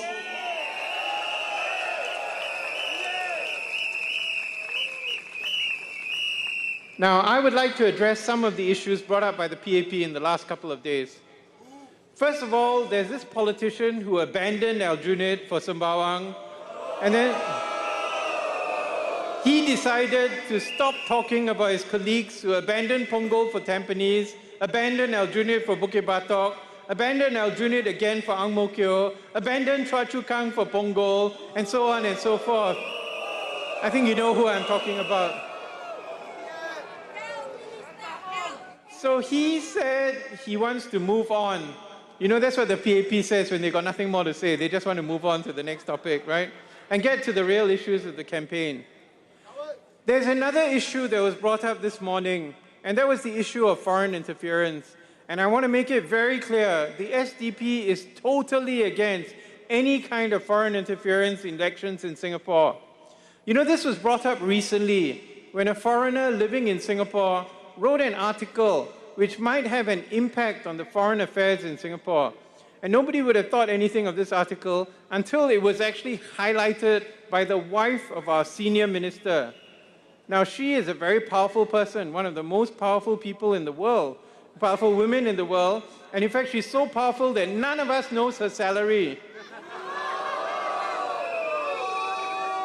So, while we believe that foreigners are free to write about their opinions and perspectives about Singapore, they should not try to interfere in the domestic and foreign affairs of our country.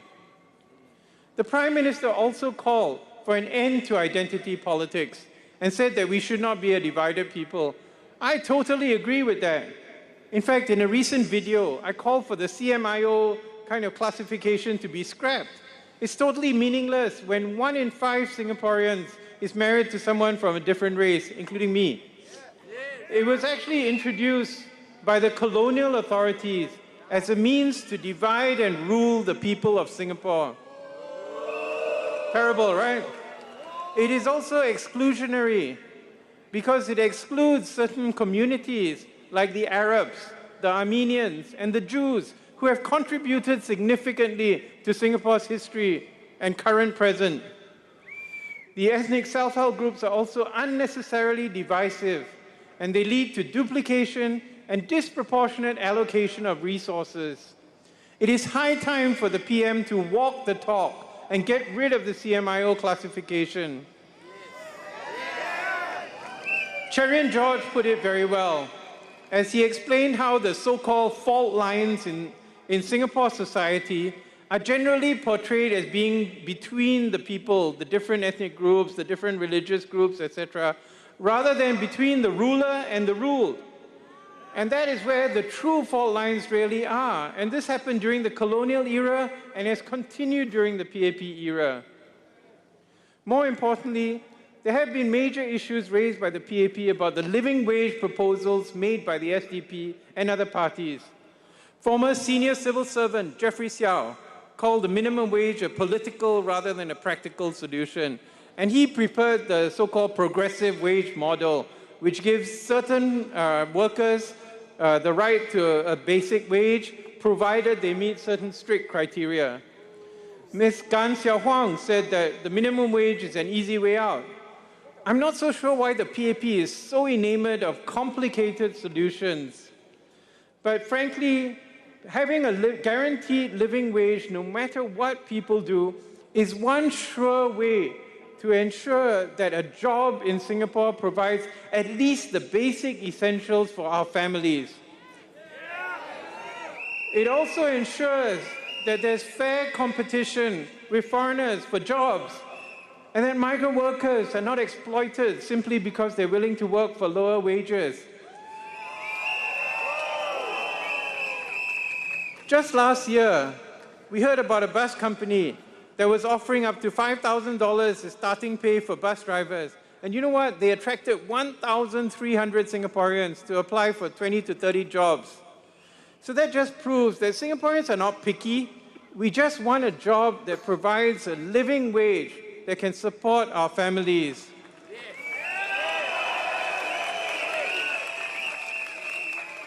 The SDP has campaigned for a living wage for the last 20 years. We've been told that it will cause widespread unemployment. But actually, you know what? The PAP has employed the progressive wage model, which is actually a minimum wage in disguise. But there has not been widespread unemployment.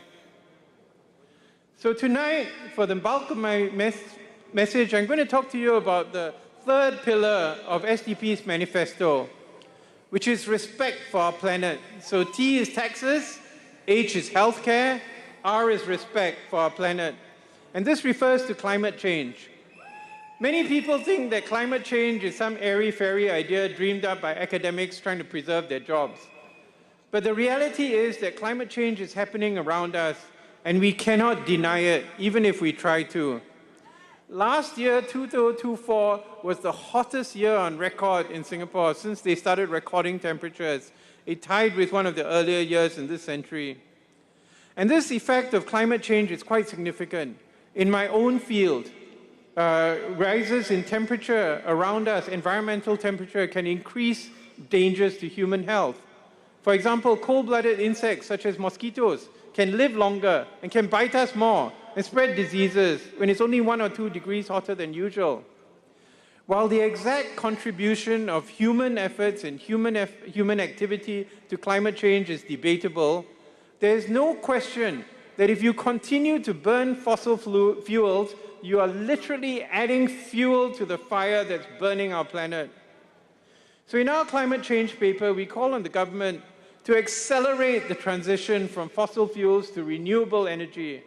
And this should be done in a long-term and sustainable way through stopping the investment in coal-burning facilities, which unfortunately is still going on with the recent funding of a coal-fired nickel plant in a neighboring country. We also call for an accelerated transition for Singapore from a heavily oil and gas dependent economy to one which becomes a regional leader in renewables. We have the technology, we have the human capital, that's you, to make this possible. Now, while investments in the National Research Foundation led by former DPM Heng Swee Keat are commendable, much more needs to be done. And it needs to be done from a ground-up rather than a top-down approach. And this is in line with our long-standing history of calling for basic human rights, freedom of expression, which recognize the rights of every individual and not just the wealthy and elite. So we call for empowering local communities to take the initiative, develop and promote the use of renewable energy. We also call for the preservation of our green spaces.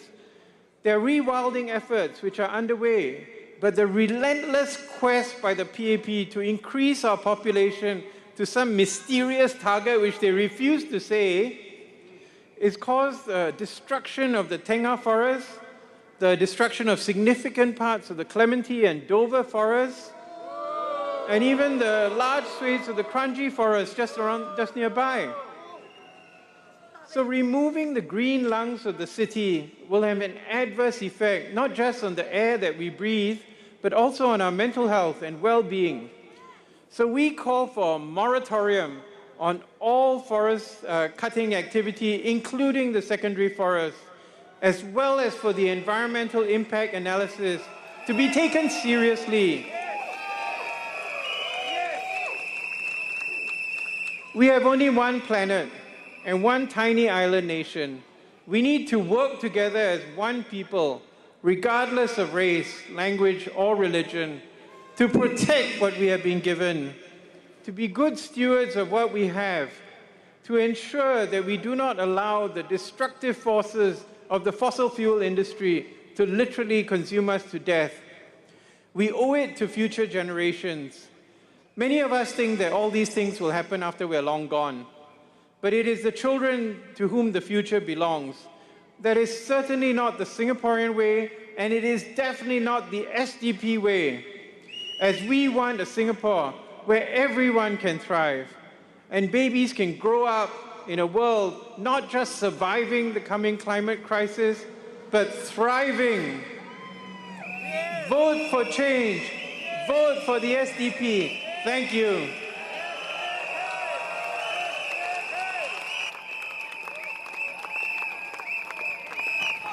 Dr. Paul.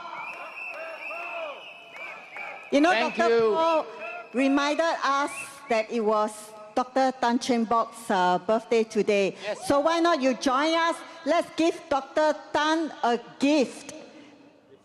We don't allow PAP to divide and rule. We are friends with our fellow opposition. So join me. Let's give Dr. Tan Cheng Bok a gift by joining us and wish him happy birthday. Join me. Come on. Happy birthday, Dr. Tan! Happy birthday! Happy birthday! Thank you very much. Now, ladies and gentlemen, once again, at the end of today also, the percentages will be still available.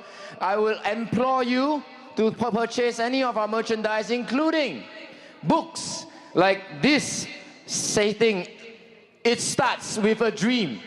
And it always starts with a dream, but it always ends in reality for all of us. And I hope by the 3rd of May, we all will see the kind of reality that we want to see, isn't it? And this book, the author will be our next speaker. And so the man, the people's champion, Dr. Chee Soon Juan. 三巴旺西的选民，我们在这里要你们用你们最大的欢呼声，把我们的徐顺全送入国会，让他在国会替你们发言。Dr. Chee, Dr. Chee, Dr. Chee, Dr. Chee.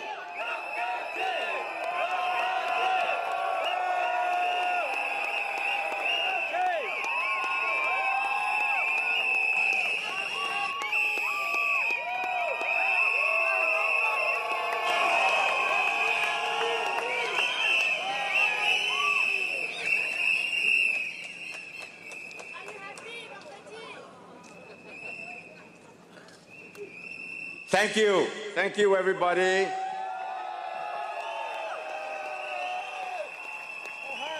Thank you so much. 首先，我想用一些华语来跟你们谈一谈，好不好？今天早上我在 Woodland Smart 的时候，跟着去那个 Kampung Admiralty 也碰到你们，跟你们讲说，今天晚上我们群众大会会在这里。我也是跟你们讲说，我会用一些中文、华语来跟你们讲一讲，好不好？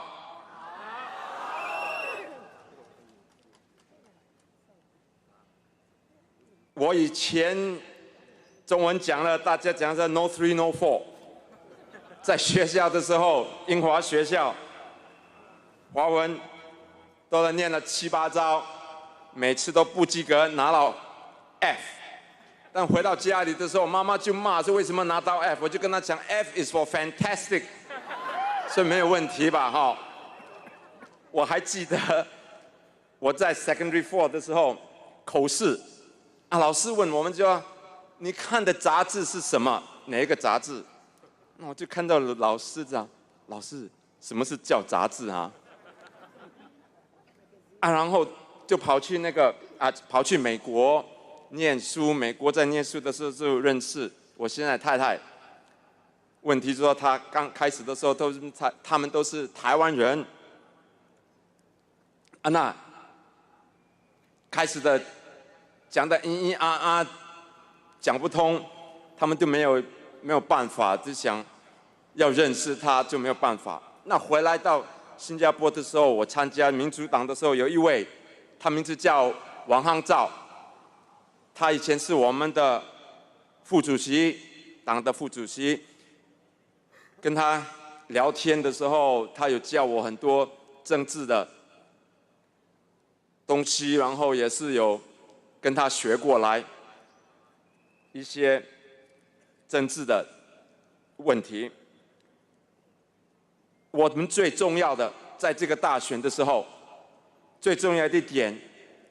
最关心的是我们的生活费，我也是用一点福建话，有时候中文讲的不是很好，用那部福建话来跟你们讲讲那部好。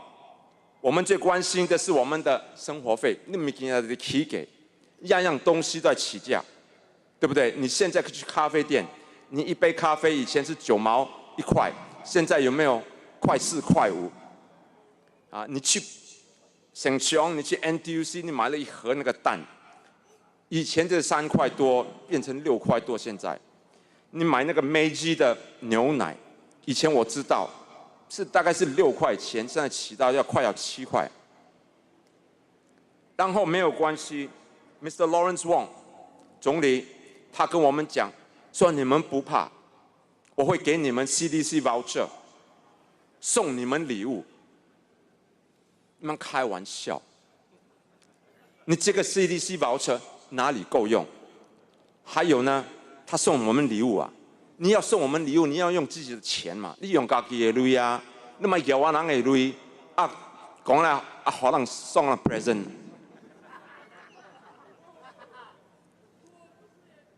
然后我们也是知道，说现在那水费啊也是起价，去年跟今年刚刚上个月，你的水又在起了，一共有起到18%。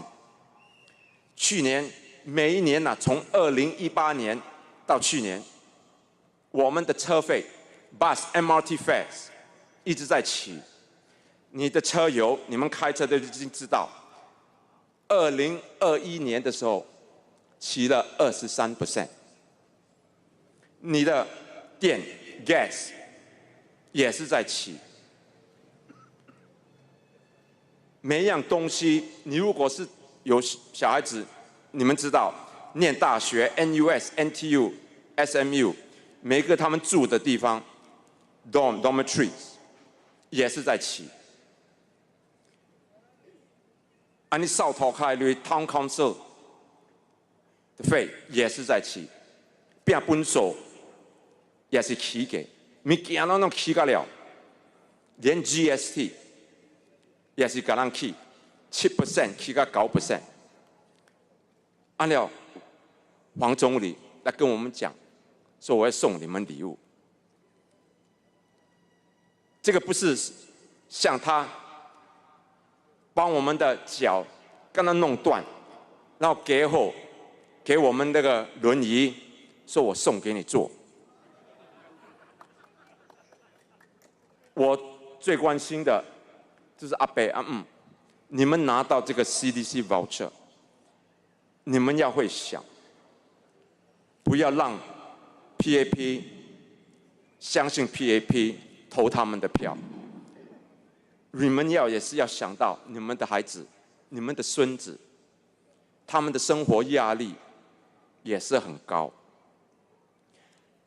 想说，现在我们年轻的一代，他们的心理健康的问题也是很大。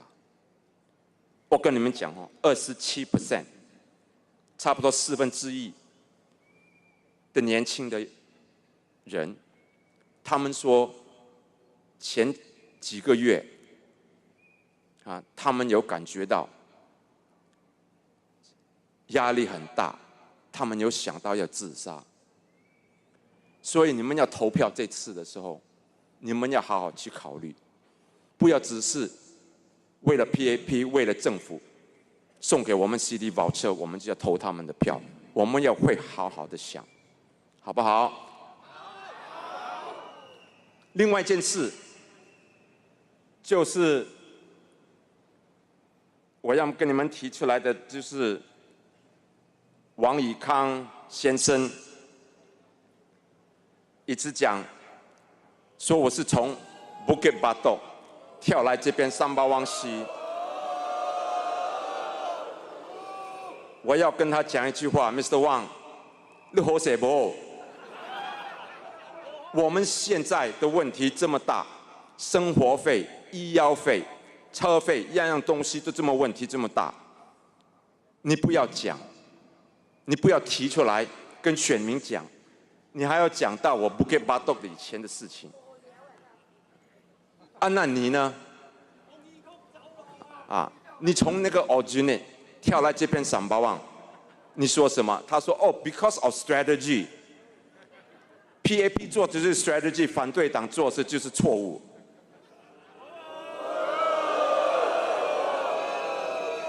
啊，你们广东人不是讲说有冇搞錯？說話冇亂講嘛，對不對？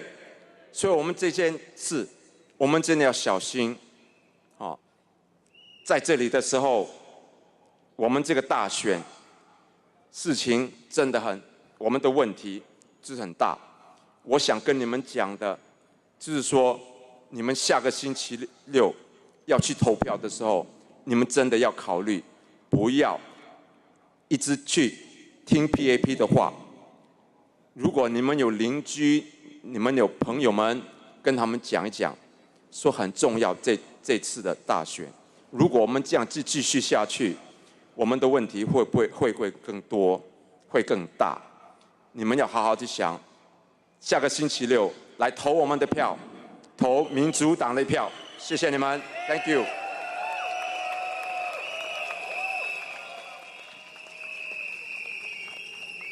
谢谢。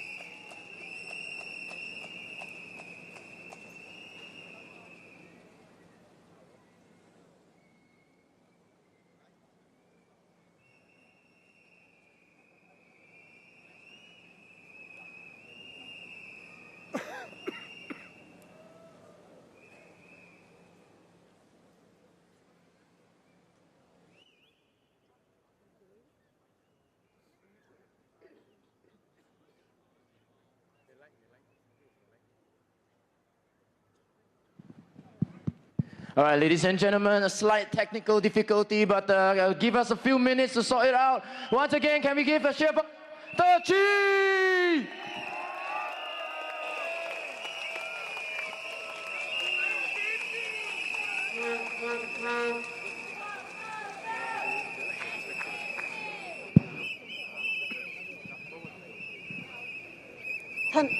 Turn on. SDP.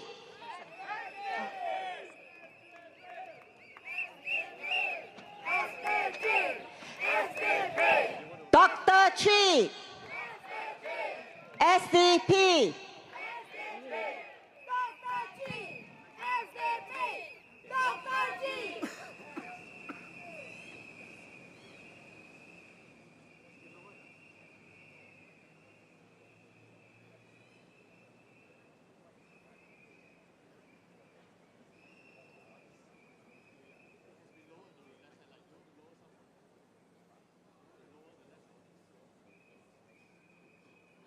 All right, ladies and gentlemen, give us a few seconds just to adjust the teleprompter. But meanwhile, I just want to implore you, because I see already a half sea of red outside there. However, tomorrow, we would like to see more red from you guys. Shall we do that tomorrow, please? 对，记得穿你们的红衣来我们的群众大会。好，昂昂不海狼哦。明天在三大。It's at the Sun Plaza Hard Court, just outside the Sun Plaza.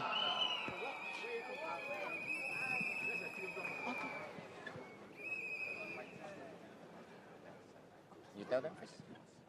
You ask the. Yeah, so at the same time, while you are waiting, some of you perhaps are already very near the tentage over there. So perhaps you might like to scoot over there, purchase some merchandise that can help once again the SDP team for our fundraising campaign. And also, please buy a book or two, Dr. Chee books, to show your support to him. And again, we need volunteers for polling agent. Okay, please sign up for polling agent. And now we will give the stage to Dr. Chee. Once again, Dr. Chee!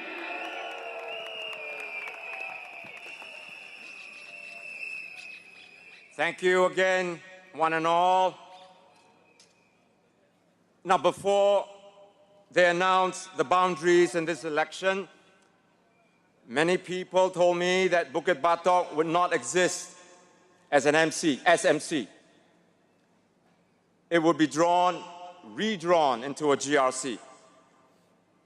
I thought to myself at that time that there was a possibility, just a possibility. But nonetheless, I was hoping that this wouldn't happen. Looking back, I guess it was just wishful thinking. I was in a dilemma. I knew that the harder I worked in Bukit Batok, the greater the likelihood that it would disappear into a GRC, but I could not. I could not give my best in Bukit Batok. And so in the years in between elections, I continued to work there. No regrets, absolutely none. But when the new boundaries, thank you. But when the new boundaries were announced last month, I remember it was on a Tuesday. Brian called me up at 2 o'clock and said, Dr. Chee, you know they're going to be releasing the report in Parliament at 3 o'clock. And so I waited. At precisely 3 o'clock, went to the website. My eyes went straight to the list, and I was looking for Bukit Batok SMC, and sure enough, it was no longer. After 9 years, immersing myself and establishing a bond with the community there, I'd be lying if I told you that I didn't feel the pain of seeing the constituency disappear. Through the years, I had fought for the residents on municipal issues, mainly to do with safety matters that I found absolutely appalling. For example, electrical boxes on lampposts were rusted out and open with wires exposed. And the worst part was that these lampposts were situated right next to the playground. I also facilitated a petition among residents to construct a footpath. Otherwise, pedestrians would have to walk on the road itself, which posed obvious dangers. Sure enough, on a Sunday morning, I went down where people were walking to the market, and there was a grandmother holding the hand of her little girl, and they were walking along the road. A car came along and stopped just in time. The grandmother got a fright and pulled the little girl away. I caught this all on camera. It's on my Facebook. But the most egregious case was a fire that broke out in 2019 in one of the flats. It happened in the middle of the night. I visited the block early the following morning, and when the residents saw me, the first thing they said to me was, from afar, they shouted to me, "Bo zui ya, bo zui ya," no water, no water. So I went up to the floor where the fire had broken out, 13th floor, and discovered that the hose reel cabinet was padlocked. A resident had broken the lock, but when they pulled out the hose, there was no water. As a result, the fire raged on, and the occupants in that flat, 3 of them, one Amma, Akong, and the son, who was grown-up son. The fire got so bad they had to climb out through the kitchen window. On the 13th floor, they perched themselves on the outside of the flat. The fire engine came, SCDF engine came, raised the ladder and brought them down. But the mother couldn't come out. She stayed in the flat and she died. I wrote to the Jurong Clementi Town Council to ask for answers. SCDF subsequently conducted an investigation and determined that the safety codes were indeed violated, were broken. After several days, the PAP MP there, Mr. Murali Pillai, finally came out to apologize over the incident. And it turned out that the hose reel cabinet was padlocked because they didn't want it to be vandalized. And the town council staff had failed to turn the water back on after some washing operation. The surviving family member then got in touch with me and was interested in engaging a lawyer to see what could be done. And so I found him a lawyer. But when I replied to him to tell him who to contact, he didn't reply me anymore. As the years went by, my team and I got more and more involved in the community in Bukit Batok, and we rented a small office space on top of one of the blocks above McDonald's. We organized dinners and get-togethers, conducted holiday activities for students, held enrichment classes for needy children, gave out bursaries to lower-income families, and even got a sponsor to build a wheelchair access ramp for an elderly resident. None of the money came from public funds. We raised all the money ourselves to conduct these activities.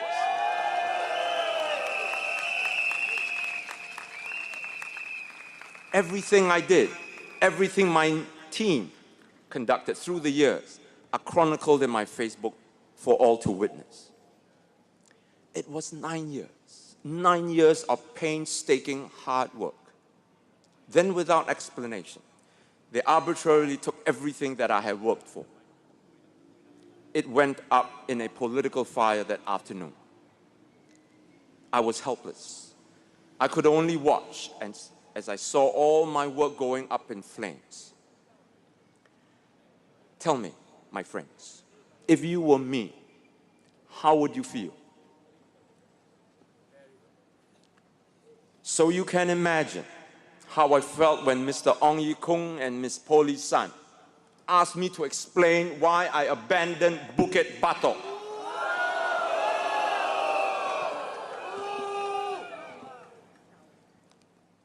You don't work at a place for nearly a decade, put in your heart and your soul, and not feel it when they rip it from under you. But the truth is, I have not left Bukit Batok. Part of me is still there and will always be there.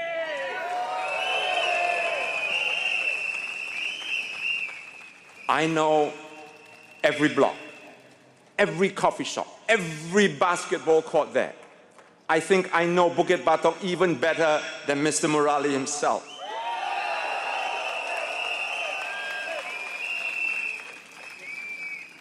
Mr. Ong and Ms. Po knew full well that Bukit Batok SMC had been eradicated, and yet they thought nothing of taking these cheap shots at me.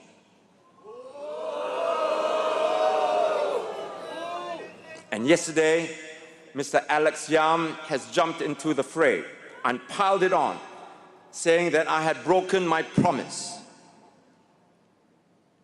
And then, just to find it curious, Mr. Ong, who is in Sembawang GRC, and Mr. Yam, who is in Marsiling UT, are so interested in coming to contest in Sembawang West with Ms. Po. But in all seriousness, I asked the three of them to stop this nonsense.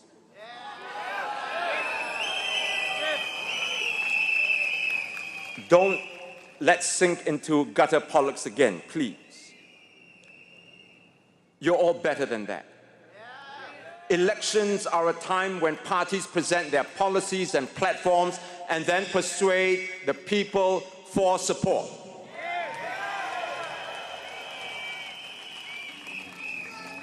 Sure, we'll criticize each other, but we criticize each other's ideas and policies, not persons.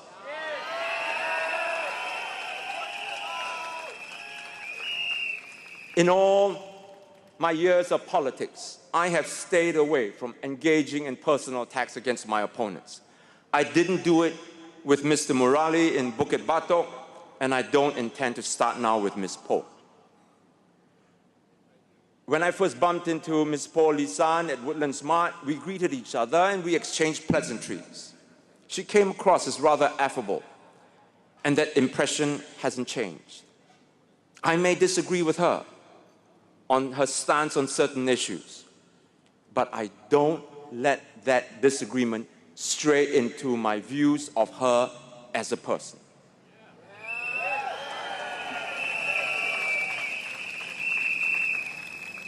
And so I was quite surprised when she made those remarks about me, questioning my sincerity, saying that I spent only 1 month in Sembawang West and that I hadn't done, quote, unquote, real work in the constituency.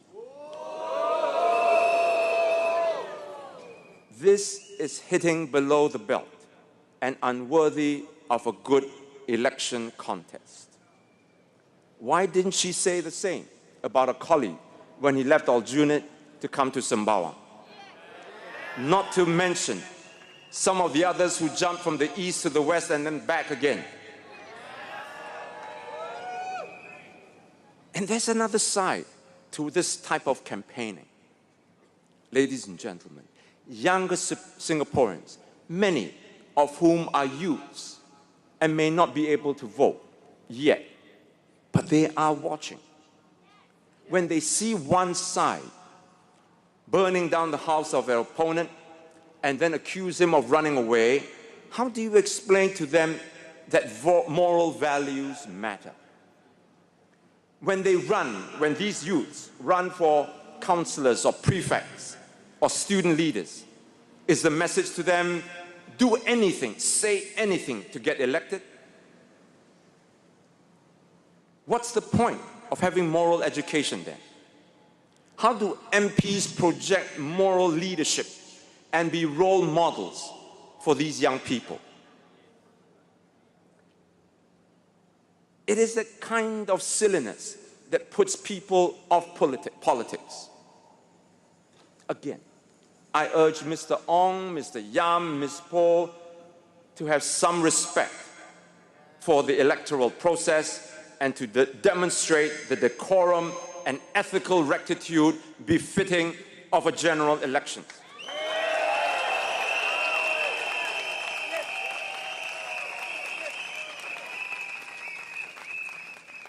I want to ask them to turn their attention back to the issues that the voters here in Sembawang West and the rest of Singapore really care about: the high cost of living, unemployment opportunities, job security, and so on.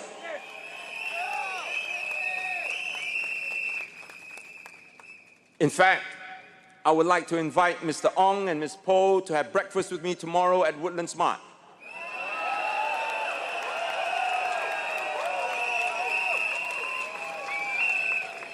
And let's talk over a cup of kopi about how we can better the residents to improve their lives instead of continuing with what they're doing.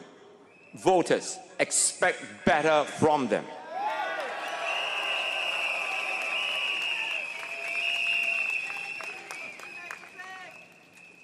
Let's show to Singaporeans the best side of politics and the best side of our parties. Elections are a serious and solemn exercise of the people's choice of who they want as the members of parliament. And candidates should comport themselves to the occasion. And so after I made the decision to contest in Sembawang West, my team and I wasted no time in getting the word out. On the morning of 23rd of March, on a Sunday, when I announced my candidacy here, the entire Team SDP spread out across the constituency and in one morning distributed to every single household my introductory flyer.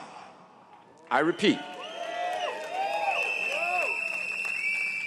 we covered the whole of Sembawang West with our flyers in one morning.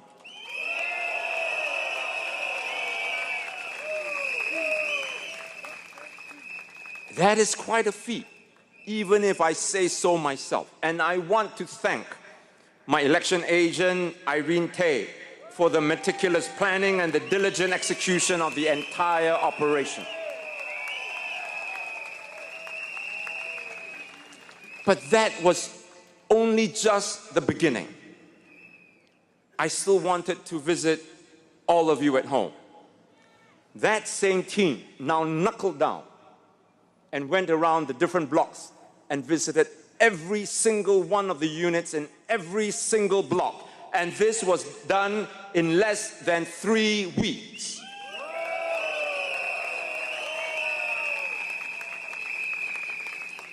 It was another amazing achievement. I don't have to tell you how proud I am of them. I personally couldn't cover all the blocks because of the limited time, but they dedicated themselves to the task and visited all of you in the 108 blocks in Sembawang West.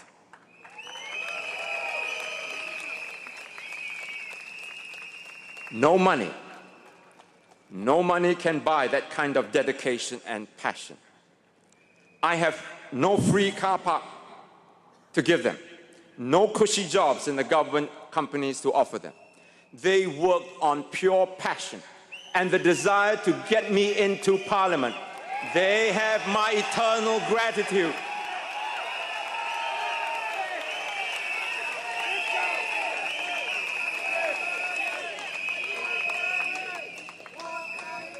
But I want to tell all my Sembawang West friends, please forgive me if I haven't found my way to visiting you at home yet.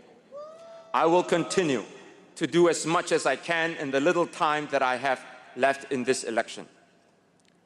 But by now, you will have received a third flyer from my team, and there will be another one in the coming days. I tell you the work that we do and the organizational strength of Team SDP because I want you to know that we will bring that same competence, that same dedication, that same passion when we manage the Sembawang West Town Council.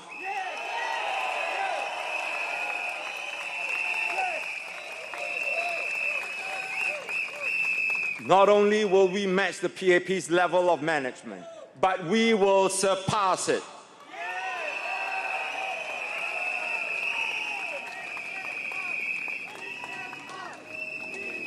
Mr. Ong says that Sembawang West will be a lonely island. On the contrary, Mr. Ong, instead of a lonely island, Sembawang West will thrive and will become an oasis of community caring. Team SDP will see to that.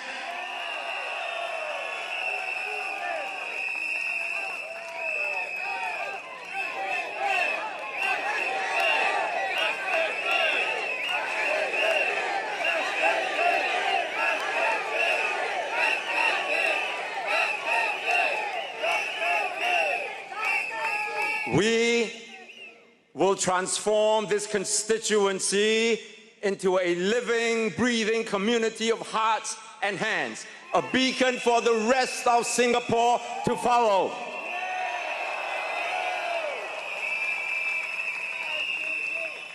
And who knows, Mr. Ong might even want his Sembawang Town Council to be managed by Team SDP in the future.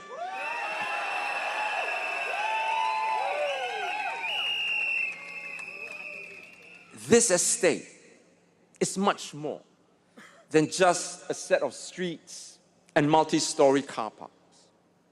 By the time I'm done with this town, it will be a community where no one feels alone, where neighbors smile and greet each other, where care for your neighborhood is not outsourced but personalized every day, in every corner, by every single one of us in Team SDP.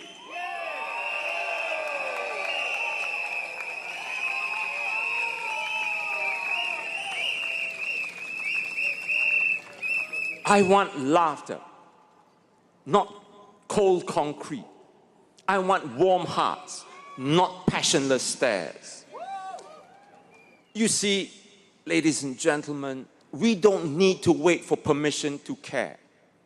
We just need the will and each other. Singapore has become an island where we know the price of everything but the value of nothing.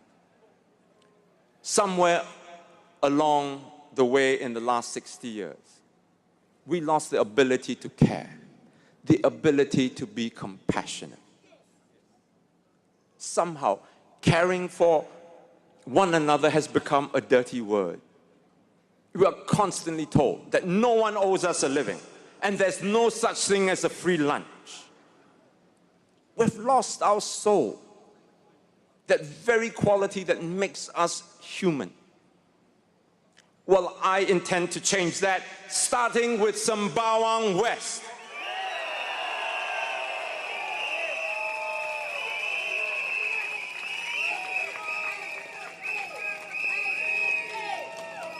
But to do that, you will need more, much, much more than a part-time MP. You need someone here every day to hear you, to listen to you, to be that voice that speaks out your deepest worries and your highest aspirations. I will be that MP, that full-time MP who is not just your representative, but your friend and your confidant.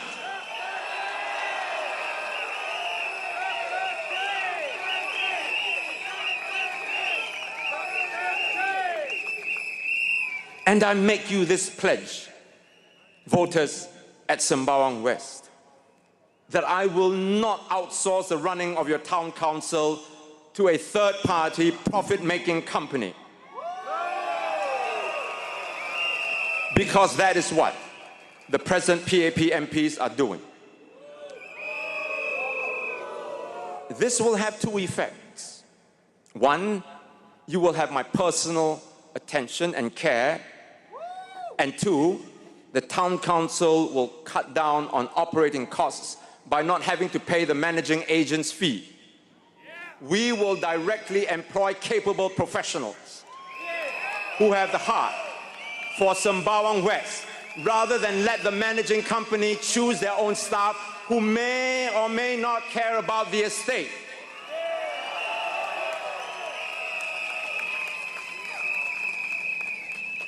Of course, we will have the regular Meet the People sessions. I hear that residents wanting to see the MP must now wait for about 2 to 3 hours. I'm shocked. Do the MPs think they are some kind of rock stars? We will try to arrange it so that you won't have to waste so much time queuing up just to speak to me.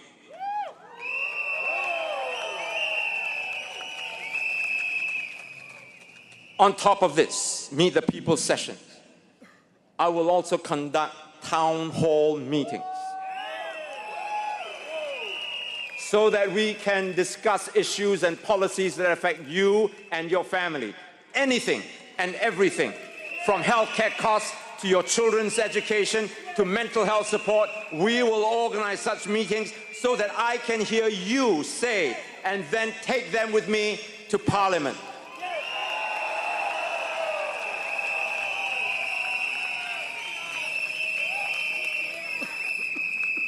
Now, one of the matters which I have been wanting to seek your views on this is the space within the estate.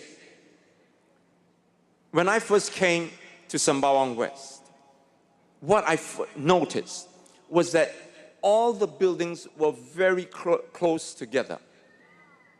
There is very little open space in the estate. There was hardly any space for children to play around in, and little open green spaces for families, including our elderly, to enjoy some downtime. I went to block 717A, and I was walking along the void deck. I saw a sign that says, "No bouncing of balls." Look, I can understand. Maybe the people, residents on the second floor, can hear the ball bouncing.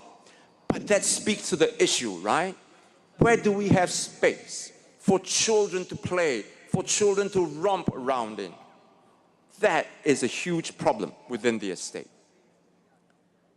But Ms. Poh, together with the Ministry of National Development, defended their policy and pointed to the playgrounds dotting the estate and pointed to the green circle park just outside of here. Just take a short walk and it's right there.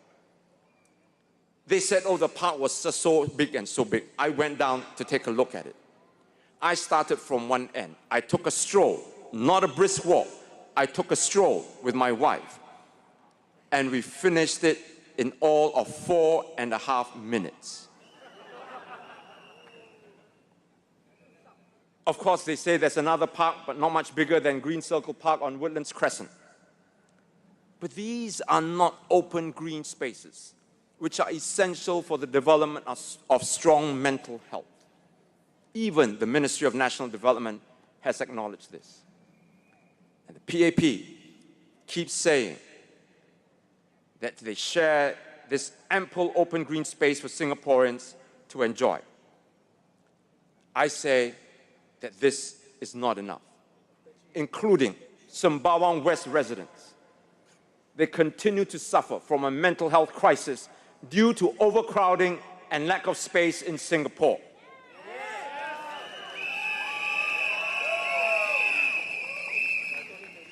Now, this is a good example of how I differ from Ms. Polly San when it comes to representing your interests.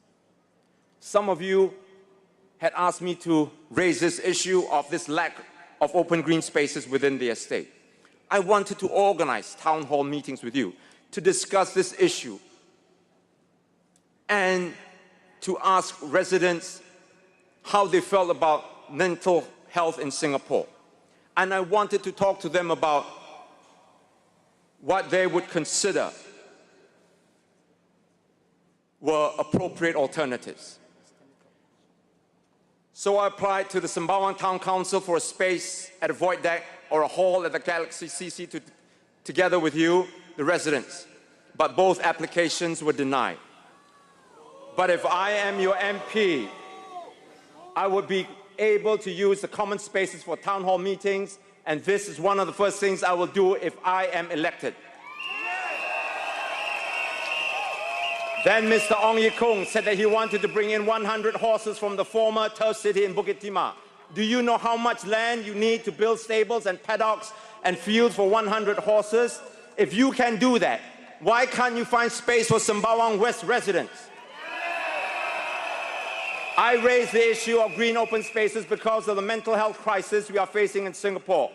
But I talked about it in my speech at Bukit Panjang last night, and I won't go through them again. But because we had such a smaller population back in 1960s and 70s, we had a lot more space and mental health was not such a big problem. But we added 4 million people to this island since the 1970s, and now our families are packed into crowded estates. As a result, the environment has become very stressful for our children. Let me repeat what I said yesterday. 27% of young adults say they have seriously considered self-harm or suicide. 70% of younger employees say they have experienced burnout because of work. 1 in 3 youths experience severe symptoms of depression, anxiety, and stress.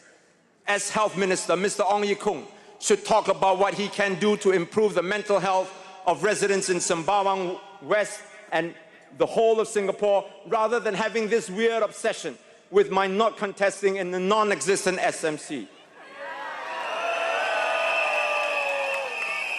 Mr. Ong said today that this is the 4th day of his campaign and that we should turn our attention to other issues. After getting a shellacking from netizens for not getting his priorities straight, he now says that he will turn to more relevant issues. I think so too. One topic that he should turn to is, as I said, mental health crisis in this country. One solution is to create more open spaces for Sembawang West residents, especially for our youth and our elderly. I won't go through some of the proposals about the future of this town council that James Gomez had mentioned earlier on. But if I'm elected, I will implement some of these policies that he had just raised.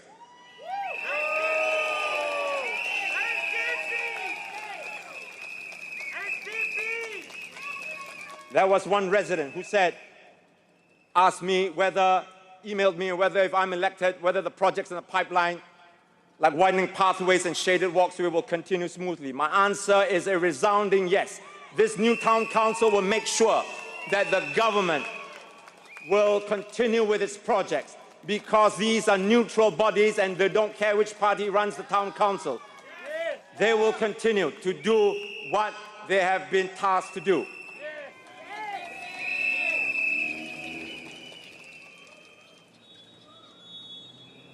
Mr. Murali said at that time, assured Bukit Batok residents that these upgrading projects are funding neutral.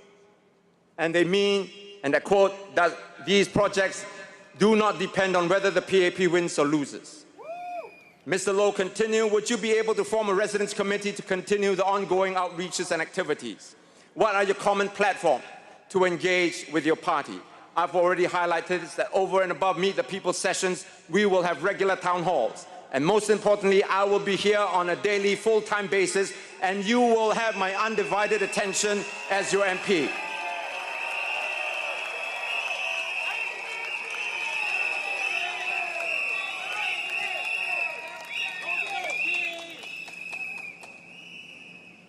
With all these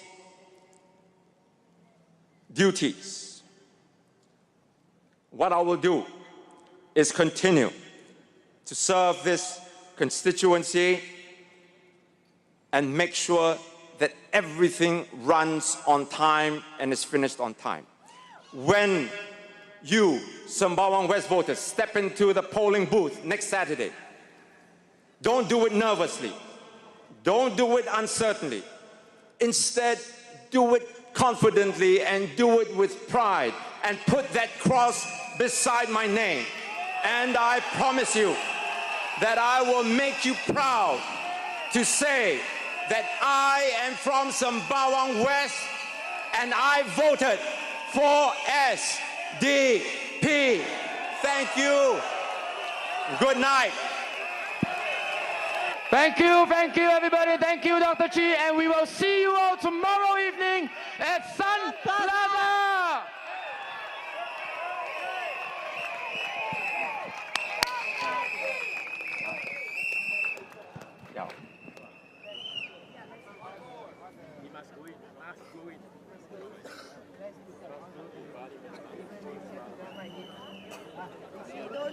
He don't need any script. Everything from his mouth. He said, don't every time see the script, see the paper, then talk. Go fireman, PAP got problem.